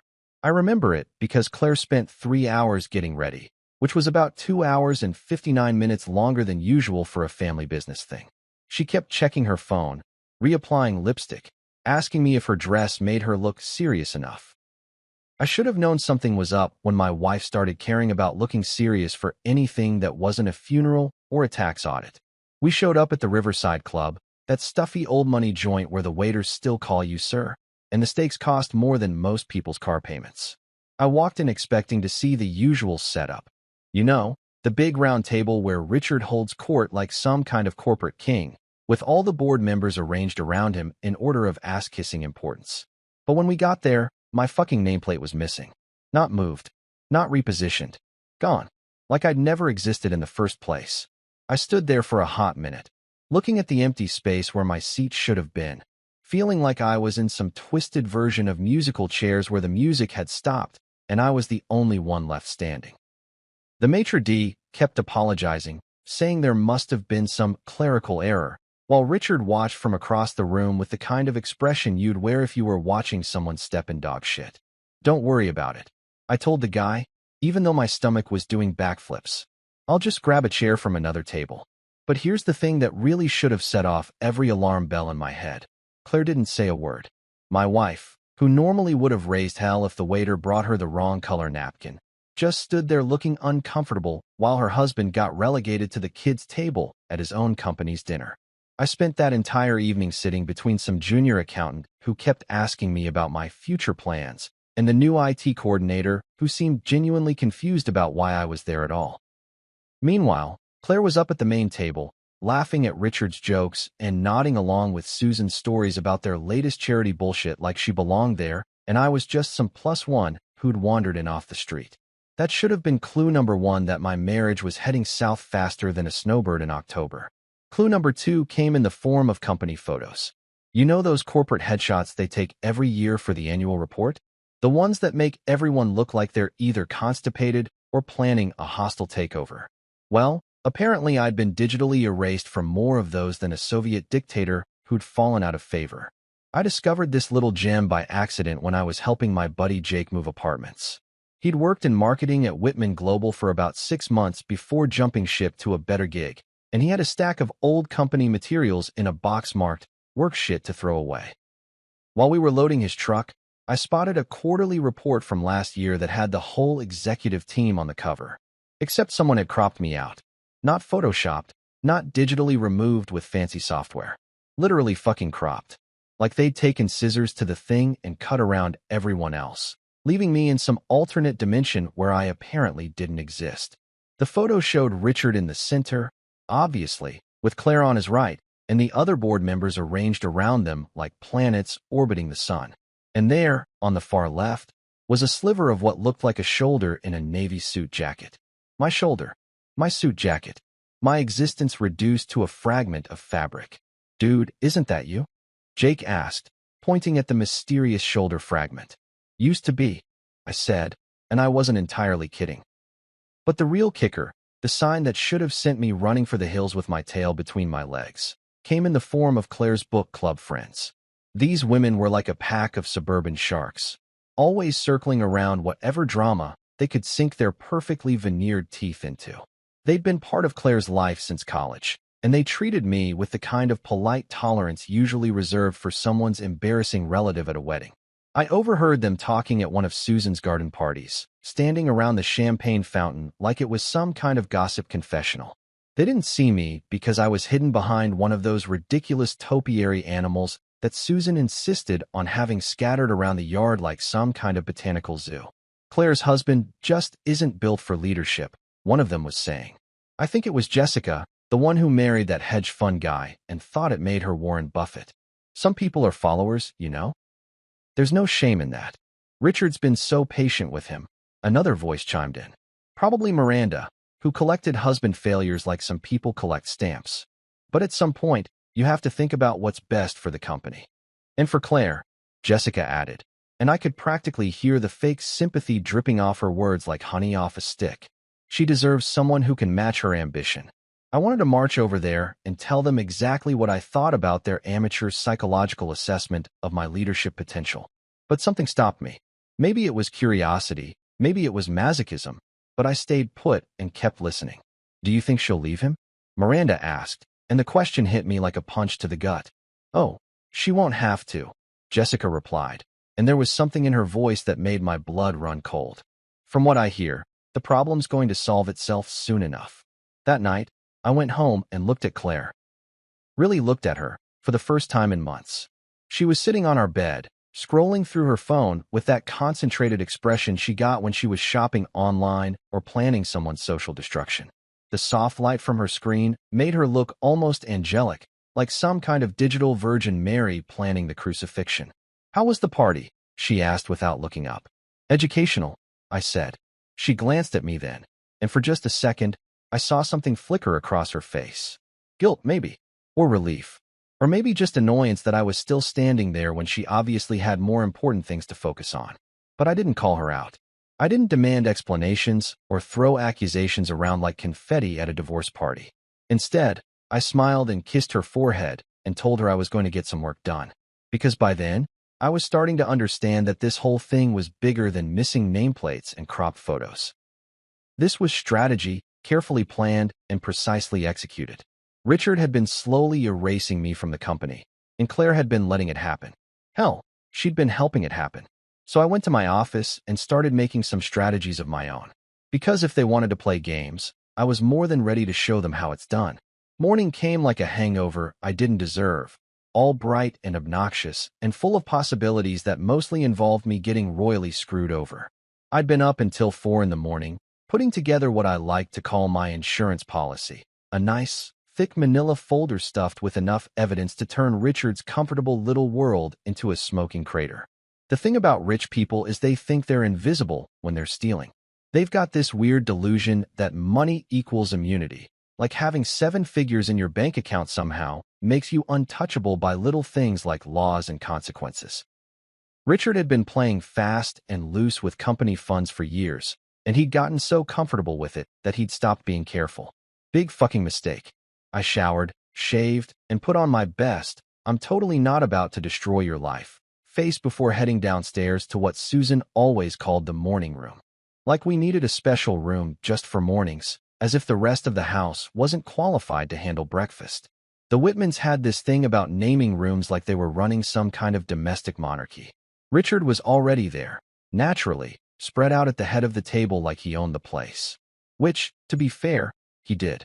For now, he had his reading glasses perched on his nose and spreadsheets scattered around him like some kind of financial war room. The man ate, slept, and breathed numbers, which would have been admirable if those numbers weren't mostly other people's money. Susan sat to his right, stirring her tea with the kind of precise, deliberate movements that screamed, "I'm pretending everything is normal." She'd mastered that particular skill over 40 years of marriage to a man who thought ethics were optional as long as the profit margins looked good. Her smile was already locked and loaded, the same one she wore to charity events when she was pretending to care about poor people.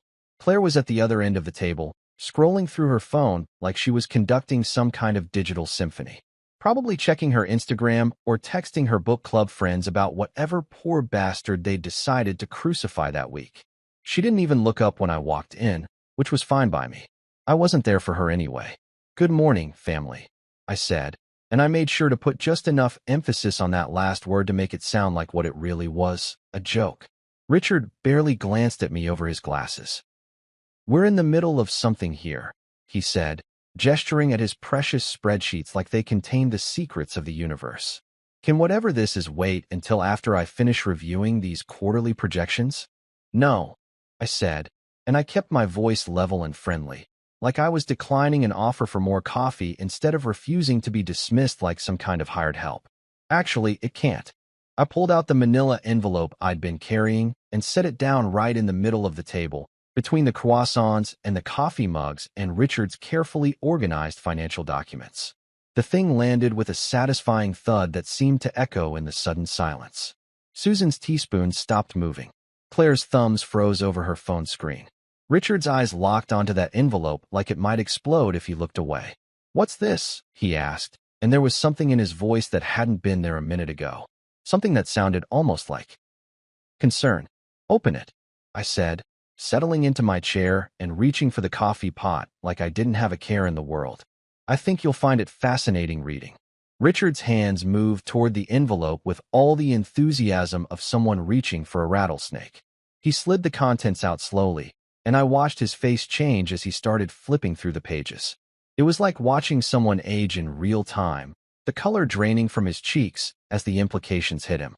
Bank statements, transaction records, copies of invoices for consulting services that had never been provided, wire transfers to accounts in the Cayman Islands that definitely weren't listed on any tax returns, shell companies with names like Whitman Strategic Solutions and RW Holdings LLC that existed for exactly one purpose: moving money around like a three-card Monte game. "Where did you get these?" Richard's voice was barely above a whisper, and his hands were shaking just enough to make the papers rustle. "Does it matter?" I asked, taking a sip of my coffee. "The real question is whether you can explain them." Claire had finally looked up from her phone, and the expression on her face was priceless. It was like watching someone realize they'd been swimming with sharks and just noticed the fins circling. "What are those?" she asked, and her voice had that high, nervous quality it got when she was trying to laugh off something that wasn't funny. "Evidence," I said simply. Susan was still frozen with her teaspoon halfway to her mouth, staring at the papers like they might spontaneously combust. Her perfect composure was cracking around the edges, and I could see the calculation happening behind her eyes. She was probably already figuring out which assets she could move offshore before the shit hit the fan. Richard was still flipping through the pages, his face getting redder with each new revelation. These are taken out of context," he sputtered, but his heart wasn't in it. We all knew what those documents showed, and context wasn't going to save him. "Really?" I leaned back in my chair and smiled. "Because it looks pretty straightforward to me. Company money going into personal accounts, fake consulting contracts, padded invoices for services that were never provided. Hell, there's even a receipt for a golf trip to Scotland that somehow got categorized as a client development expense." Claire's nervous laugh finally escaped, and it sounded like glass breaking. "This is ridiculous," she said, but she wasn't looking at me when she said it. She was looking at her father, and there was something in her eyes that looked a lot like panic. "You know what's ridiculous?" I asked, standing up and straightening my tie. "Thinking you could squeeze me out of this company without me noticing. Thinking I was too stupid or too trusting to see what was happening. Thinking you could have your little meeting last night, and I'd just roll over and take it." The silence that followed was so complete I could hear the grandfather clock ticking in the hallway. Richard's mouth was moving, but no sound was coming out. Susan had finally set down her teaspoon, and her hands were clenched so tight her knuckles were white. Claire was staring at me like she'd never seen me before, which was probably closer to the truth than she realized. "See, here's the thing about being underestimated," I continued, walking around the table toward the door. "People stop paying attention to what you're doing. They figure you're harmless, so they get sloppy. They leave paper trails. They forget to cover their tracks. They have conversations in rooms where the doors aren't quite closed." I paused at the threshold and turned back to look at them.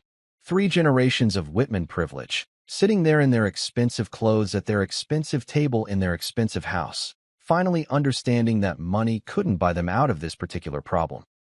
"Enjoy your breakfast," I said. "I've got some phone calls to make." I walked out of that room with my head high and my conscience clear. leaving behind 3 people who were just beginning to understand that their carefully constructed world was about to come crashing down around their ears. And honestly, it felt fucking fantastic. That afternoon, I drove to Whitman Global's headquarters with the kind of calm that comes right before you drop a nuclear bomb on someone's carefully constructed reality. The building rose up from downtown like some kind of glass and steel middle finger pointed at the sky. 43 floors of corporate ambition and questionable ethics. I'd walked through those revolving doors 1,000 times before, but today felt different. Today, I wasn't walking in as Richard Whitman's son-in-law. I was walking in as the guy who was about to own his ass. The elevator ride to the 38th floor felt like it took forever and no time at all. I could see my reflection in the polished steel doors, and I looked good, confident, like a man who'd just discovered he held all the cards in a game everyone else thought they were winning. My suit was pressed, my tie was straight, and my briefcase was full of enough legal dynamite to level the entire Whitman empire. The boardroom was exactly what you'd expect from a company that spent more on office furniture than most small countries spent on education. Mahogany table the size of a small aircraft carrier, leather chairs that probably cost more than a decent car, and windows that offered a view of the city that screamed, "We own this place." The partners were already seated when I walked in, and the looks on their faces were priceless. Harold Green was at his usual spot, third chair from the head of the table, looking like he'd rather be getting a root canal without anesthesia. Harold was old-school corporate, the kind of guy who still wore suspenders and thought handshake deals meant something. He'd been with the company since Dirt was young, and he had this annoying habit of trying to see the good in everyone, even when everyone included people like Richard Whitman. Linda Torres was across from him, her laptop open and her fingers already dancing across the keyboard like she was conducting some kind of digital orchestra. Linda was the numbers girl, the one who could spot financial irregularities from 3 miles away, but somehow hadn't noticed that her boss had been cooking the books for years. Either she was incredibly bad at her job or incredibly good at looking the other way. There were a few other faces around the table, junior partners, department heads, people whose names I'd learned over the years, but who'd never quite managed to look at me like I belonged there. Today, that was about to change in a big fucking way. "Gentlemen." "Linda," I said, setting my briefcase down and taking a seat at the far end of the table. Not in my usual spot, the chair that had always been designated for the son-in-law who was there out of courtesy rather than competence. Today, I sat where I damn well pleased. "This is unexpected," Harold said, and his voice had that careful neutrality that older guys use when they're trying not to step on any landmines. "Richard didn't mention you'd be joining us today." "Richard doesn't know I'm here," I replied, opening my briefcase with the kind of deliberate precision that made everyone in the room lean forward slightly. But that's about to be the least of his problems. I pulled out a stack of documents that I'd had my lawyer prepare that morning. Legal papers, transfer documents, certificates that looked official as hell because they were official as hell. The kind of paperwork that changes ownership and shifts power and turns comfortable assumptions into expensive mistakes. "As of last week," I said, sliding copies of the documents around the table like I was dealing cards in the world's most expensive poker game, "I control 52% of this firm's voting shares." The silence that followed was so complete you could have heard a pin drop from space. Harold's reading glasses slipped down his nose. Linda's fingers stopped moving over her keyboard for the first time since I'd met her. One of the junior partners, I think his name was Stevens, actually choked on his coffee. "That's impossible," Harold said. But his voice was shaky, and he was already reaching for the papers I'd slid his way. "Actually, it's not," I said, settling back in my chair like I owned the place. Which, technically, I now did. Turns out there was a trust that Richard set up about 15 years ago, back when he was feeling generous and thought I'd never be smart enough to find it. Shares held in escrow, contingent on certain performance metrics and company milestones. Metrics that were quietly satisfied last quarter. The beautiful thing about rich people is they love their legal loopholes and tax shelters so much that they sometimes forget what they've created. Richard had been so busy building his financial house of cards that he'd lost track of a few of the building blocks. The trust had been his idea, a way to keep family shares from being diluted while still maintaining the appearance of bringing me into the fold. He'd probably figured I'd never be smart enough to understand what it meant, let alone savvy enough to activate it. Wrong on both counts, Daddy dearest. Linda was speed reading through the documents like her life depended on it, which it probably did. These signatures, the dates, this is all legitimate, she said, and she sounded like she was announcing someone's terminal diagnosis. Of course it's legitimate, I said. I had the best lawyer's money could by spend 3 weeks making sure every I was dotted and every T was crossed. Amazing what you can afford when you're not spending your money on fake consulting fees and Cayman Island golf trips. That's when Richard burst through the boardroom doors like some kind of corporate Incredible Hulk, his face red enough to stop traffic and his expensive suit wrinkled from whatever panic spiral he'd been having since breakfast. "What the hell do you think you're doing?" he bellowed, pointing at me like I was some kind of trespasser instead of the guy who'd just become his boss. "Having a board meeting," I said calmly. "You're welcome to join us, but you might want to sit down. We have a lot to discuss." "Security," Richard shouted toward the door. "Get this man out of here." That's when I stood up and pulled out the second set of documents from my briefcase. These ones were even more fun than the first batch. Bank records, transaction histories, copies of invoices for services that had never been provided, and consulting fees for consultants who didn't exist. Evidence of every dirty deal, every padded expense account, every piece of creative accounting that Richard had thought was buried deep enough to stay hidden. "Before you call security," I said, passing around this new set of papers like party favors, "you might want to take a look at these. Transaction reports showing payments to your personal gambling debts disguised as client expenses. Offshore transfers through shell companies with names that sound suspiciously like your golf buddies. Consulting contracts for firms that exist only on paper and in your imagination." The room went so quiet you could have heard Richard's blood pressure spiking. Harold was staring at the papers like they might catch fire. Linda was typing furiously, probably already calculating how much trouble the company was in. The junior partners were looking back and forth between me and Richard like they were watching the world's most expensive tennis match. Richard's mouth was opening and closing like a fish out of water, but no sound was coming out. For the first time in his life, Richard Whitman had nothing to say. I walked around the table to the head chair, the one with the nameplate that had always read Chairman in fancy gold letters. I sat down and adjusted the chair to my liking, then looked around the room at all the faces staring back at me. "Now then," I said, straightening my tie and smiling like I'd just won the lottery. Which, in a way, I had. "Let's talk about the future of this company." The nameplate in front of me no longer said guest or son-in-law or any of the other diminishing titles they'd used to keep me in my place. It said majority partner, and damn if that didn't have a nice ring to it. Dawn came like a gift I'd been waiting my whole life to unwrap. I'd barely slept 3 hours, but I felt more awake than I had in years. There's something about finally having all the pieces of a puzzle that makes your brain fire on all cylinders, even when your body's running on coffee and pure spite. By 6 in the morning, I was already at my desk, waiting for my forensic team to deliver what I knew was going to be the final nail in Richard Whitman's very expensive coffin.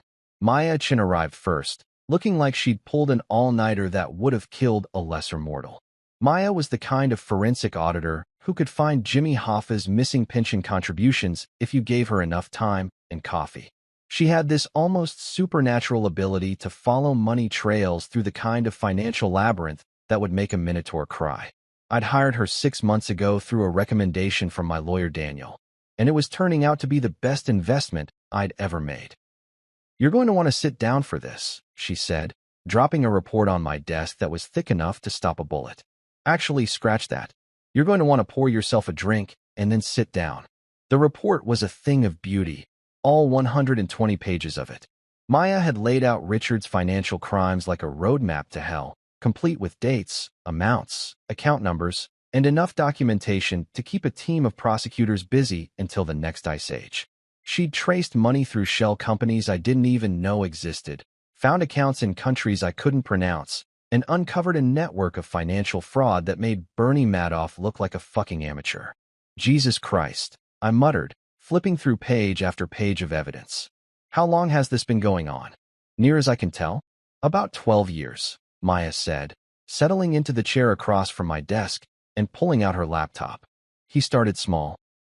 A few thousand here and there, probably telling himself it was just temporary borrowing. But you know how it goes with these guys. Success breeds confidence, and confidence breeds stupidity. She pulled up a spreadsheet that looked like something NASA would use to calculate rocket trajectories. The shell companies are the real masterpiece here. Whitman Strategic Solutions, RW Holdings LLC, Cayman Consulting Group, all registered to P.O. boxes, all supposedly providing services that somehow never generated any actual work product. I was starting to get that feeling you get when you're looking over a cliff and realizing just how far down the drop really goes. How much are we talking about? Conservative estimate? About $8.7 million over the past 5 years alone. Maya's fingers danced over her keyboard, pulling up another screen full of numbers that made my head spin. And that's just what I could trace definitively. There's probably another 2 or 3 million that got buried so deep I'd need a team of archaeologists to dig it up. 8.7 million fucking dollars. No wonder Richard had been so confident about squeezing me out of the company. When you're stealing that kind of money, you probably start thinking you're untouchable. You probably start believing your own bullshit about being smarter than everyone else.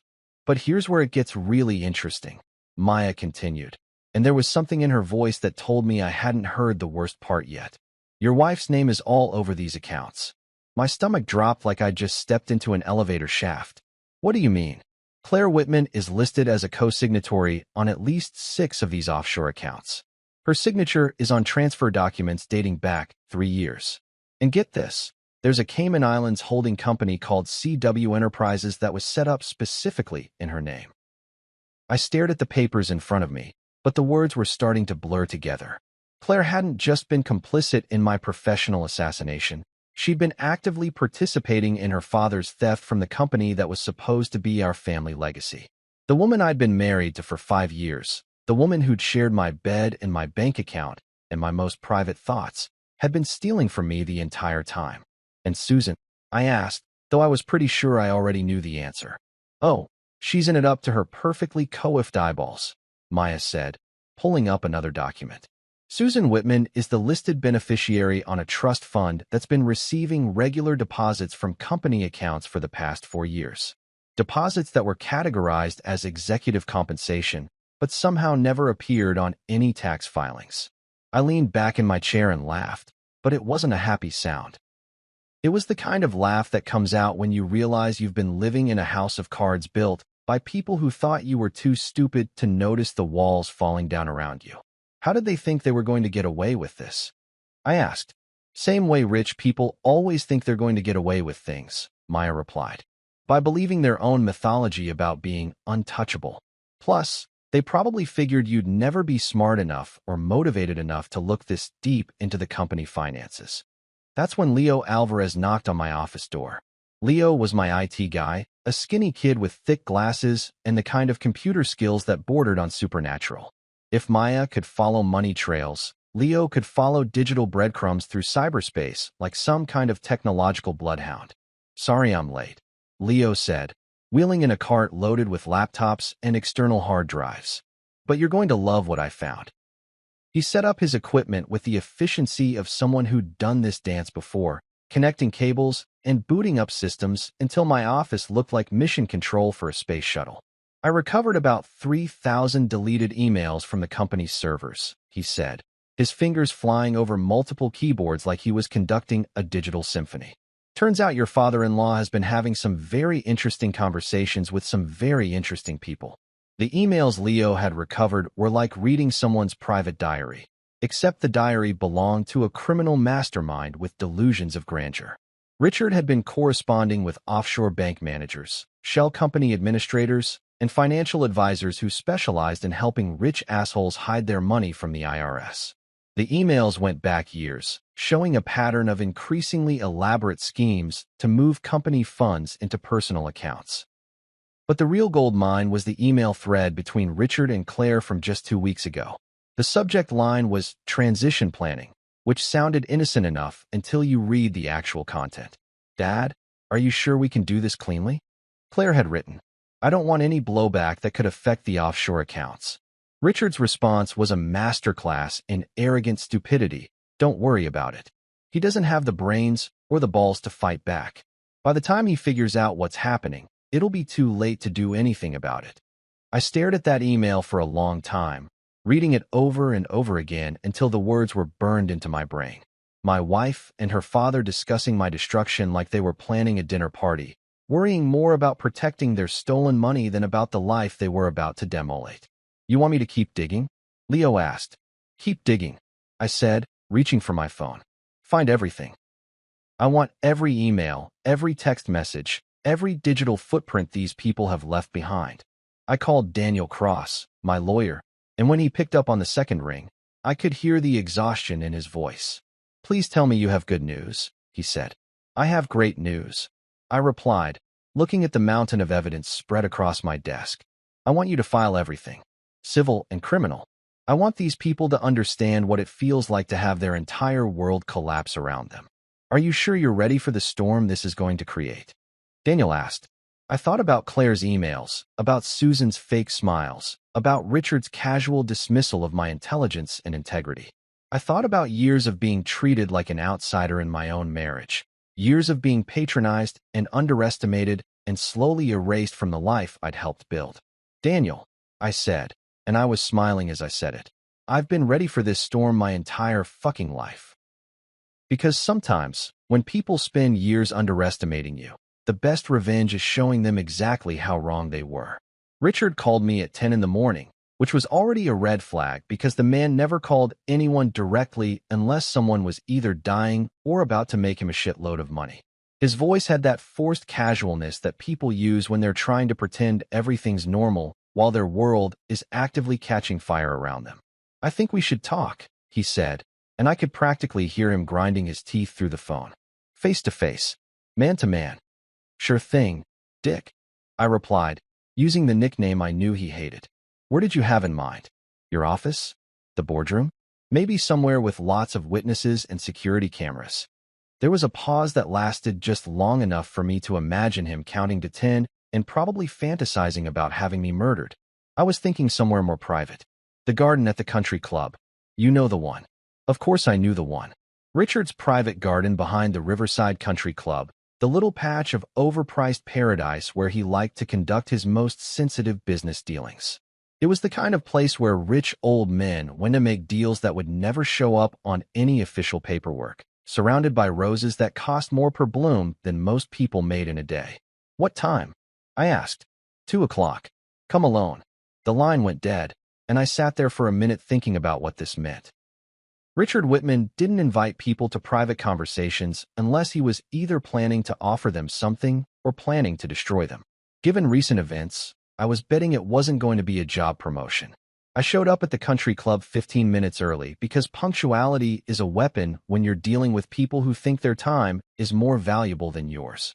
The garden was exactly what you'd expect from a place that charged $50,000 just for the privilege of membership. Perfectly manicured, ridiculously expensive, and designed to make anyone without a trust fund feel like they were trespassing in paradise. Richard was already there, of course, standing next to a fountain that probably cost more than most people's houses. He'd positioned himself with his back to the sun, which was a classic power move designed to make whoever he was talking to have to squint while looking at him.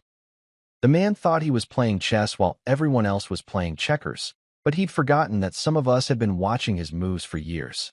Claire was with him, which was a surprise but probably shouldn't have been.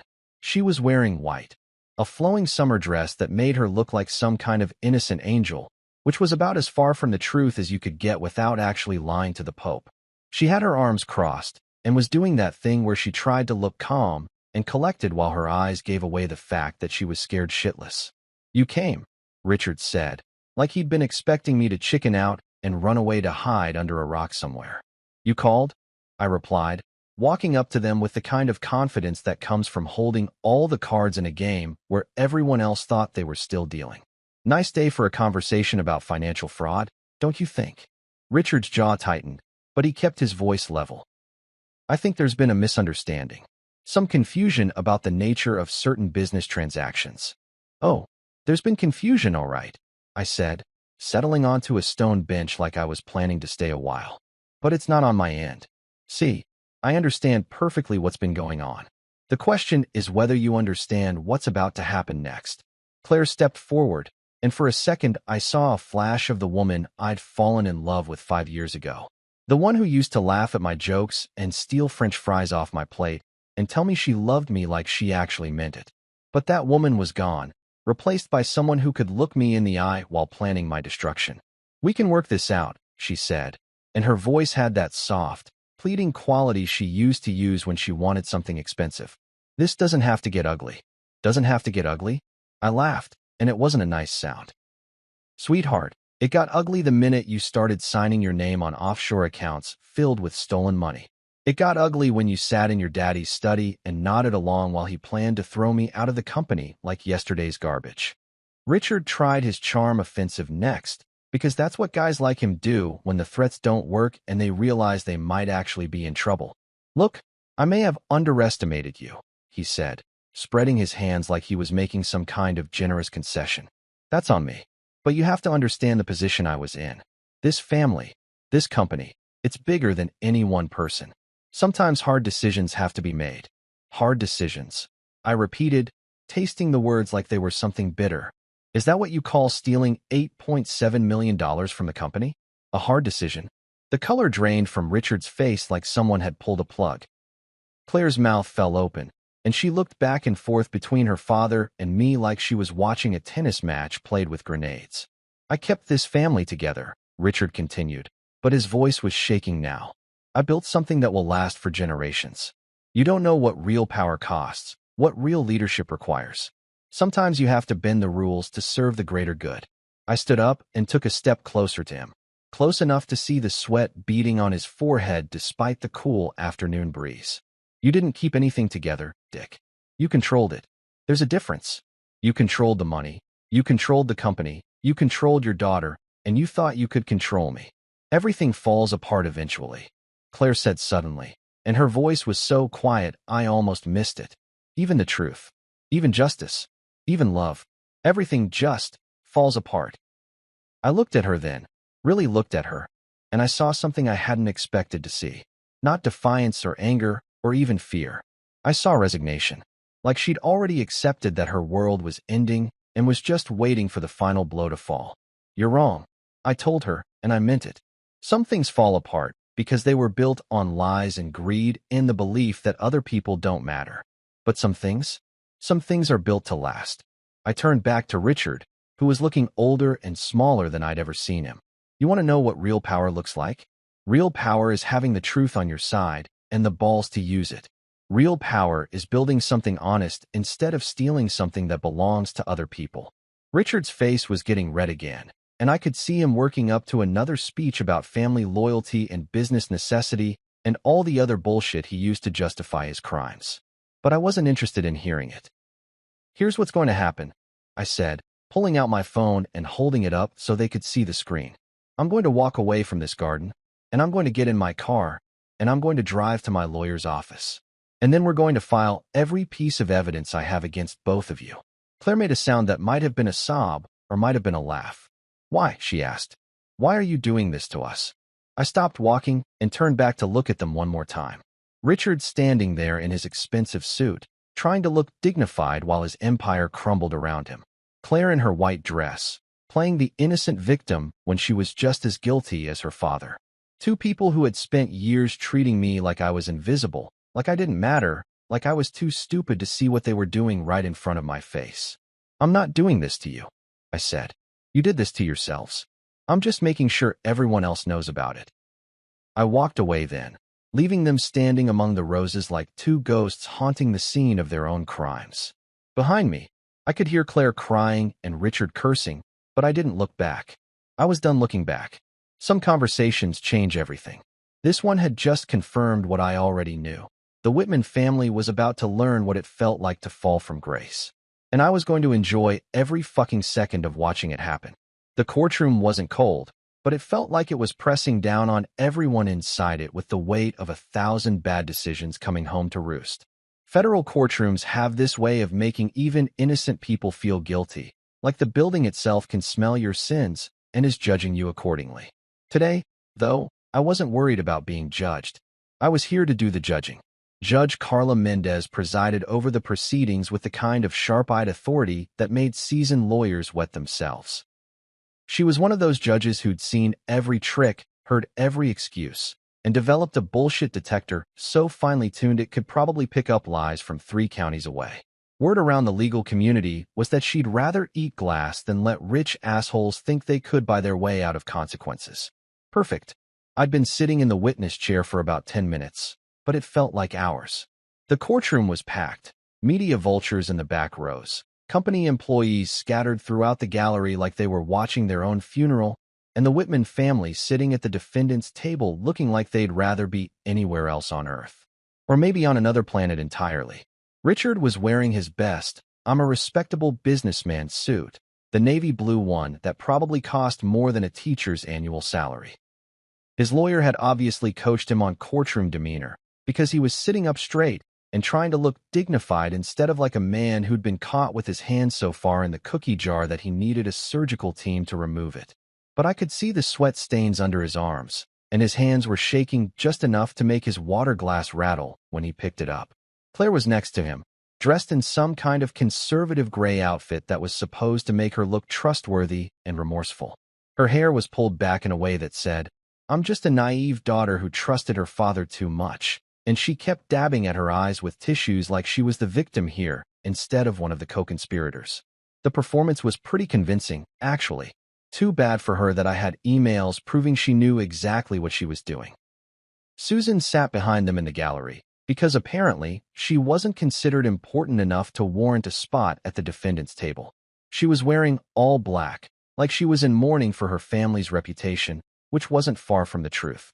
Every few minutes, she'd lean forward and whisper something to Richard's lawyer, probably suggestions about which offshore accounts they should try to hide next. My lawyer, Daniel Cross, had spent the morning walking me through my testimony one more time. "Just tell the truth," he'd said, which was easy advice to follow when the truth was on your side. Let the evidence speak for itself. Don't get emotional. Don't get personal. Just lay out the facts and let the judge draw her own conclusions. Easier said than done when the facts included your wife planning your professional execution while stealing millions of dollars from the company you'd helped build. But I was determined to keep my cool. This wasn't about revenge anymore. This was about justice. And justice required precision, not passion. "Mr. Whitman," said the prosecutor, Alan Ross, approaching the witness stand with a folder thick enough to stop a bullet. Ross was one of those federal prosecutors who looked like he could prosecute war criminals before breakfast and still have time to coach Little League in the afternoon. "Can you tell the court about your relationship to the defendants?" "Richard Whitman is my father-in-law," I said, my voice carrying clearly through the courtroom. "Claire Whitman is my wife. Was my wife. Whatever the hell she is now." Judge Mendez gave me a look that suggested I should stick to the facts and leave the editorial comments for my therapist. "And your role at Whitman Global?" "I'm the majority shareholder and acting CEO," I replied, and I saw Richard flinch like I'd slapped him. "As of 2 weeks ago." Ross nodded and opened his folder. "I'd like to direct your attention to Exhibit A, a series of bank statements from accounts held in the Cayman Islands. Can you tell the court what these documents represent?" I looked at the papers he handed me, even though I could have recited their contents from memory. These are statements from offshore accounts controlled by Richard Whitman and Claire Whitman. They show deposits totaling approximately $8.7 million over the past 5 years, money that was transferred from Whitman Global Company accounts through a series of shell companies and fake consulting contracts. "And how did you become aware of these accounts?" "I hired a forensic accounting firm to audit the company's financial records. What they found was a pattern of systematic theft stretching back over a decade." I looked directly at Richard as I said this, and watched him sink a little lower in his chair. Ross walked me through the evidence methodically, piece by piece, like he was building a house out of financial fraud and criminal intent. Bank records, email exchanges, forged invoices, fake consulting contracts, all of it laid out in excruciating detail for Judge Mendez and everyone else in that courtroom to see. The real bombshell came when Ross played the audio recordings I'd made of boardroom conversations over the past 6 months. I'd been recording everything since I first started suspecting something was wrong, and thank God for paranoia disguised as good business practice. Richard's voice filled the courtroom. He doesn't have the brains or the balls to fight back. By the time he figures out what's happening, it'll be too late to do anything about it. Claire's response was even better. Are you sure we can move the money without leaving a trail? I don't want this coming back to bite us in the ass. The silence that followed was so complete you could have heard a mouse fart in the back row. Judge Mendez was taking notes, her pen moving across the paper with the precision of someone documenting a crime against humanity. Several jurors. Wait, this wasn't a jury trial, it was a bench trial. But if there had been jurors, they would have been looking at the defendants like they were something that had crawled out of a sewer. When it was the defense's turn, Richard's lawyer tried every trick in the book. Character assassination, claims about my mental stability, suggestions that I'd manipulated the evidence out of spite. It was all bullshit, and everyone in the room knew it. But lawyers get paid to try even when their clients are obviously guilty as sin. Claire took the stand in her own defense, and her performance was actually pretty impressive. Tears at all the right moments. Claims about being manipulated by her father, protestations that she'd only been trying to protect the family legacy, and that I was emotionally unstable and seeking revenge for perceived slights. Your Honor, she said, dabbing at her eyes with one of those tissues she'd been clutching all day. My husband has been under tremendous stress lately. The company's been struggling, and I think he's been looking for someone to blame. My father and I were only trying to ensure the long-term stability of Whitman Global. It was a good story. Too bad for her that I had recordings of her laughing about how easy it would be to get rid of the dead weight once I was out of the picture. When she finally finished her sob story, I didn't look at her. I kept my eyes fixed on Judge Mendez, waiting for my chance to respond. And when Ross gave me the opportunity for rebuttal, I stood up and looked directly at Claire for the first time since this whole thing started. Your Honor, I said, and my voice was steady as a rock. Erasing someone from their own life isn't protection. It's cowardice. And stealing $8.7 million isn't ensuring stability. It's theft, plain and simple. The room went silent again, and I could feel the weight of everyone's attention pressing down on me like a physical force. But I wasn't done yet. These people didn't make a mistake. They didn't get confused about business ethics or family loyalty. They made a choice. They chose to steal from the company they were supposed to protect. They chose to betray the trust of every employee who depended on them. And they chose to believe that I was too stupid and too weak to stop them. I paused and looked around the courtroom, at the media, at the employees, at the Whitman family sitting there in their expensive clothes and their cheap morality. Well, I said, sitting back down, I guess they were wrong about that too. Judge Mendez was writing furiously, and I could see something that looked like approval in her sharp eyes. Outside, thunder rumbled, and I realized that the storm Daniel had warned me about was finally here, and I was ready for it. Judge Carla Mendez took exactly 47 minutes to review her notes before delivering a verdict that would have made Solomon himself proud. I know because I counted every second, watching the courtroom clock tick away what felt like the longest 47 minutes in human history, while the Whitman family sat there looking like they were waiting for their own execution. The silence in that courtroom was so thick you could have cut it with a chainsaw. Richard kept fidgeting with his wedding ring, turning it around and around his finger like it was some kind of magic talisman that might save him from the shitstorm that was about to rain down on his perfectly coiffed head. Claire had given up on the tears. Apparently, even she had limits to how long she could maintain the grieving daughter act, and was just staring at her hands like they held the secrets of the universe. Susan was still sitting in the gallery behind them, but she'd traded her mourning black for what looked like a designer business suit, probably already planning her next move. The woman had survived 40 years of marriage to Richard Whitman. She wasn't going down without a fight, even if that fight involved throwing her husband and daughter under the nearest bus. When Judge Mendez finally looked up from her notes, the entire room seemed to hold its breath. Even the court reporter stopped typing for a second, like she was afraid the sound of her fingers on the keys might somehow influence the outcome. In the matter of Whitman versus Whitman Global Industries, Judge Mendez began, her voice carrying the kind of authority that made grown men reconsider their life choices. This court finds the evidence presented to be both comprehensive and compelling. She adjusted her glasses and looked directly at Richard, who seemed to shrink under her gaze like a vampire caught in sunlight. Mr. Richard Whitman, The financial records presented in this courtroom paint a clear picture of systematic embezzlement spanning more than a decade. The shell companies, the fabricated consulting contracts, the offshore accounts, all of it represents a calculated effort to defraud Whitman Global Industries and its stakeholders. Richard's lawyers started to stand up, probably to make some kind of objection or plea for mercy, but Judge Mendez held up a hand that said, "Sit your ass down and let me finish," without her having to say a word. "Mrs. Claire Whitman," the judge continued, and Claire finally looked up from her hands.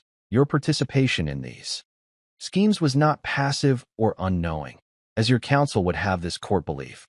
The email evidence alone demonstrates clear knowledge of and willing participation in the fraudulent transfer of company funds." I watched Claire's face crumble as the weight of the judge's words hit her. This wasn't going to be a slap on the wrist or a stern talking to about family loyalty. This was the real deal, the kind of justice that comes with handcuffs and prison uniforms and lawyers who charge by the hour to explain why your life is fucked. "Therefore," Judge Mendez said, and her voice got that final, no appeals quality that meant the hammer was about to fall, "this court rules as follows." She picked up a document that looked official enough to declare war or end a marriage, and started reading from it like she was announcing the winners of the world's most expensive lottery. Except in this lottery, the prizes were measured in years behind bars and millions of dollars in restitution. First, the plaintiff's control of Whitman Global Industries and its subsidiary companies is hereby confirmed and legally recognized. All voting shares and executive authority previously held by Richard Whitman are transferred immediately to the plaintiff. Richard made a sound that might have been a groan or might have been the death rattle of his entire life's work. His lawyer put a hand on his shoulder, probably to keep him from doing something stupid like standing up and shouting at a federal judge. Second, the misuse of company funds by Richard Whitman and Claire Whitman is referred immediately to the U.S. Attorney's Office for criminal prosecution. The evidence suggests violations of federal fraud statutes, money laundering laws, and tax evasion regulations. That's when Claire finally lost it. Not the delicate, manipulative tears she'd been dabbing at with tissues, but real, ugly crying that sounded like it was being ripped out of her chest with a rusty fork.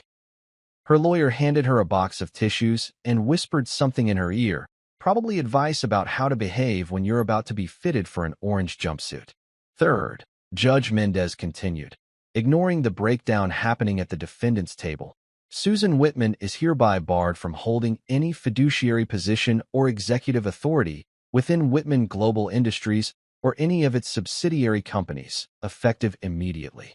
Susan's face didn't change, but I saw her hands clench into fists. She'd been planning to slide through this whole mess without major consequences, probably figuring that her role had been subtle enough to avoid criminal charges. But Judge Mendez wasn't having any of that shit. The woman might avoid prison, but her days of pulling strings from behind the scenes were officially over. Fourth, all assets held in offshore accounts by the defendants are hereby frozen pending restitution proceedings. This includes, but is not limited to, the accounts in the Cayman Islands, Switzerland, and the British Virgin Islands detailed in the evidence presented to this court. Richard was starting to turn an interesting shade of purple, like he was choking on his own rage and disbelief. 40 years of careful financial planning, 40 years of building his little empire of hidden assets and offshore safety nets, all of it gone with the stroke of a judge's pen. Finally, Judge Mendez said, and there was something in her voice that sounded almost satisfied, "This court orders full restitution to Whitman Global Industries in the amount of $8.7 million, plus interest and penalties to be determined by the bankruptcy court." She set down the document and looked around the courtroom like she was surveying a battlefield after the smoke had cleared. "This court is adjourned." The gavel came down with a sound like a gunshot, and suddenly the courtroom exploded into activity. Reporters were scrambling for the doors, probably racing to file stories about the spectacular fall of one of the city's most prominent business families. Court officers were moving toward the defendant's table, and I could see handcuffs glinting in the fluorescent light. Richard slumped forward like someone had cut his strings. All that arrogance, all that certainty that he was untouchable because of his money and his connections and his carefully cultivated reputation, gone. Reduced to nothing by a pile of bank statements and audio recordings, and his own fucking stupidity. Claire was still crying, but now her sobs had that desperate quality that comes when you realize there's no way out, no appeal that's going to save you, no daddy with enough money to make the problem disappear. She looked up at me once, and I saw something in her eyes that might have been regret or might have been hatred. Honestly, I didn't much care which. Susan was already standing, probably planning her exit strategy and figuring out which assets she could move before the authorities froze everything with her name on it. The woman was nothing if not practical, and practicality meant cutting her losses and running for whatever safe harbor she could find. But I wasn't watching any of them anymore. I was walking toward the courtroom doors, where Daniel was waiting with a grin that could have powered a small city. "How does it feel?" he asked as we pushed through the crowd of reporters and camera crews that had gathered in the hallway.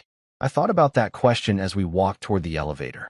How did it feel to watch three people who'd spent years treating me like dirt get exactly what they deserved?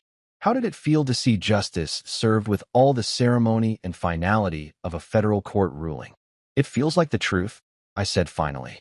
"It feels like the truth finally won." Outside the courthouse, my phone was already buzzing with messages. Company employees wanting to know what came next. Reporters wanting quotes. Lawyers wanting to discuss the next steps in rebuilding Whitman Global's reputation. But there was one message that made me smile. Payroll secured. Transparency plan approved. "Welcome back, boss." I looked up at the courthouse steps, where Richard and Claire were being led away in handcuffs while Susan walked free but broken, and I felt something I hadn't felt in months. I felt like I could finally breathe again. Walking into Whitman Global as the legitimate CEO instead of the tolerated son-in-law felt like putting on a suit that actually fit for the first time in my life. The building looked the same, still that imposing glass and steel monument to corporate ambition, but everything inside had changed. Or maybe I had changed, and now I could see what had always been there underneath Richard's carefully constructed facade. The first thing I noticed was how the employees looked at me. For years, I'd gotten the polite nods and forced smiles that people give to someone they know they're supposed to respect, but don't really take seriously. Now, when I walked through the lobby, I saw something different in their faces. Relief, maybe, or hope, like they'd been holding their breath for years and could finally exhale. Linda Torres was waiting for me in the executive elevator, clutching a tablet loaded with what I assumed was enough financial data to make my head spin. "We need to talk," she said as the doors closed, and there was an urgency in her voice that told me the damage was even worse than I'd thought. "How bad is it?" I asked. "Well, the good news is that the company isn't technically bankrupt," she said, scrolling through screens of numbers that looked like they'd been designed by someone with a serious grudge against mathematics. "The bad news is that Richard's creative accounting practices left us with about as much credibility as a $3 bill." We rode up to the executive floor in silence, and I could feel the weight of 43 stories of corporate responsibility settling on my shoulders like a lead blanket. Taking down Richard and Claire had been the easy part. Now came the hard work of rebuilding something that was worth saving. My office. Jesus, it was weird thinking of it as my office. Looked like a crime scene. Richard's personal effects were gone, obviously, but the damage went deeper than just empty picture frames and missing golf trophies. The whole place felt contaminated, like years of lies and theft had seeped into the walls.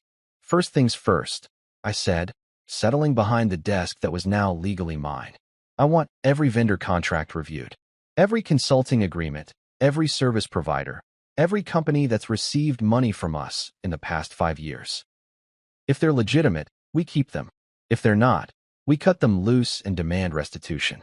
Linda was already typing notes on her tablet. "That's going to be a lot of angry phone calls." "Let them be angry," I replied.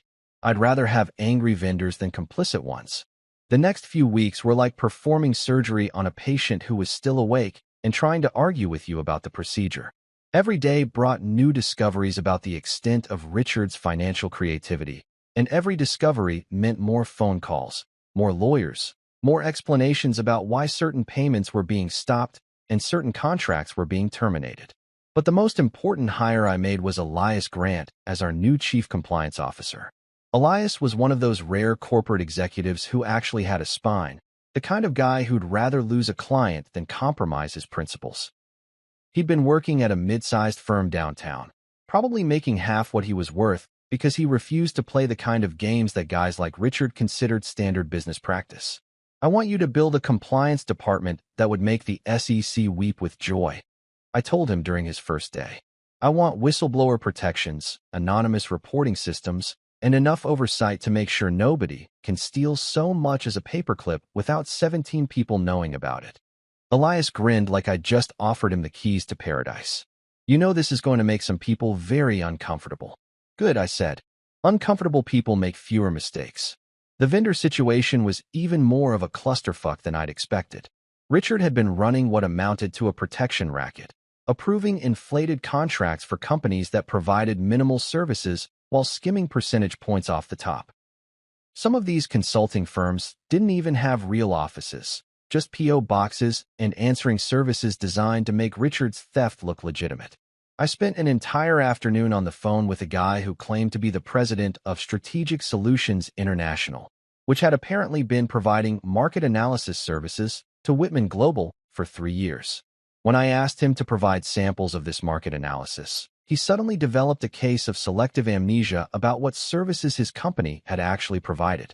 Look, he said, and his voice had that desperate quality that comes when someone realizes their gravy train is about to derail. Maybe we can work something out. I'm sure there's been some kind of misunderstanding. The only misunderstanding, I replied, is that you thought you could keep stealing from us indefinitely. Consider this your notice that all future payments are suspended pending a full audit of your services. The line went quiet for about 10 seconds before he started cursing me out in language that would have made a sailor blush. I hung up and added his company to the list of organizations that would be hearing from our lawyers very soon. But it wasn't all confrontation and legal threats. The honest vendors, the ones who'd been providing real services for fair prices while watching Richard's cronies get rich off inflated contracts, were practically ecstatic when I called to tell them their relationships with Whitman Global were safe. You have no idea how good it is to hear this, said Maria Santos, who ran the cleaning service that had been maintaining our offices for 15 years. We kept wondering why our bids were always being undercut by companies that seemed to do half the work for twice the money. Those days are over, I told her. From now on, contracts go to the best bidders, not the best connected. The real test came when I implemented the whistleblower system that Elias had designed. We set up an anonymous hotline, a secure email system, and even a suggestion box in the break room for people who wanted to report problems without having to identify themselves. I figured we might get a few calls about minor issues, maybe someone padding their expense account or taking extended lunch breaks. I was not prepared for the flood of reports that came in during the first week. Apparently, Richard's culture of creative ethics had trickled down through the entire organization like toxic waste seeping into groundwater. Middle managers were skimming from department budgets, supervisors were approving fake overtime, and at least 3 people in accounting had been running their own mini-embezzlement schemes using techniques they'd learned from watching their boss. Jesus Christ, I said to Elias after reviewing the first batch of reports. It's like the whole company was infected with some kind of corruption virus. That's what happens when leadership sets the wrong example, he replied, spreading the reports across my desk like evidence at a crime scene.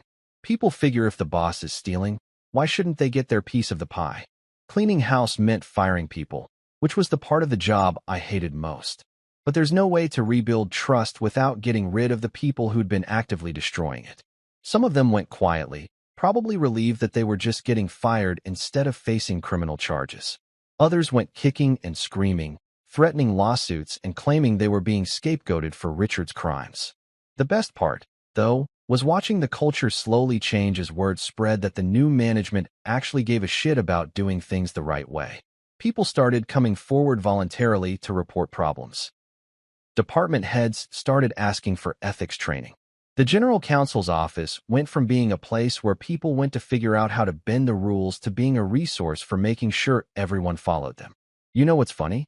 Linda said during one of our weekly financial reviews, our profit margins are actually higher now than they were when Richard was running his little shell game.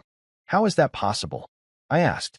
Turns out that when you're not paying consulting fees to companies that don't exist and you're not skimming money into offshore accounts, you actually keep more of what you earn, she said with a grin. Revolutionary concept, I know.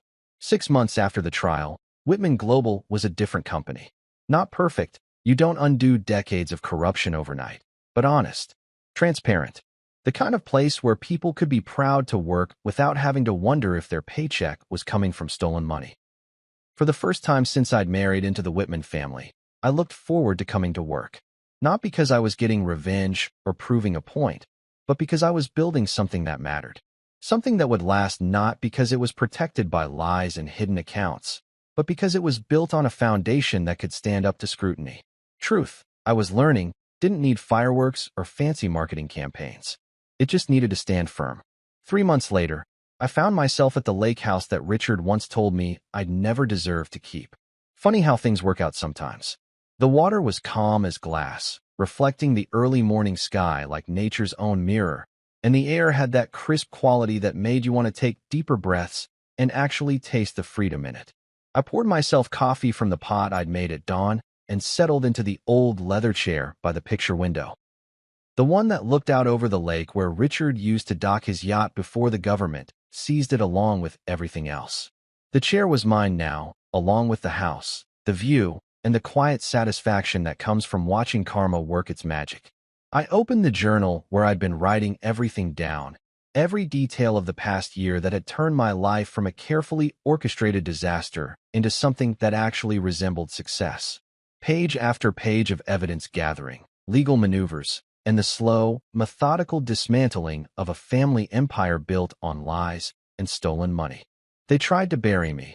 I whispered to the empty room, and my voice carried across the water like a promise kept. They handed me the shovel, thinking I'd dig my own grave. But I hadn't dug a grave.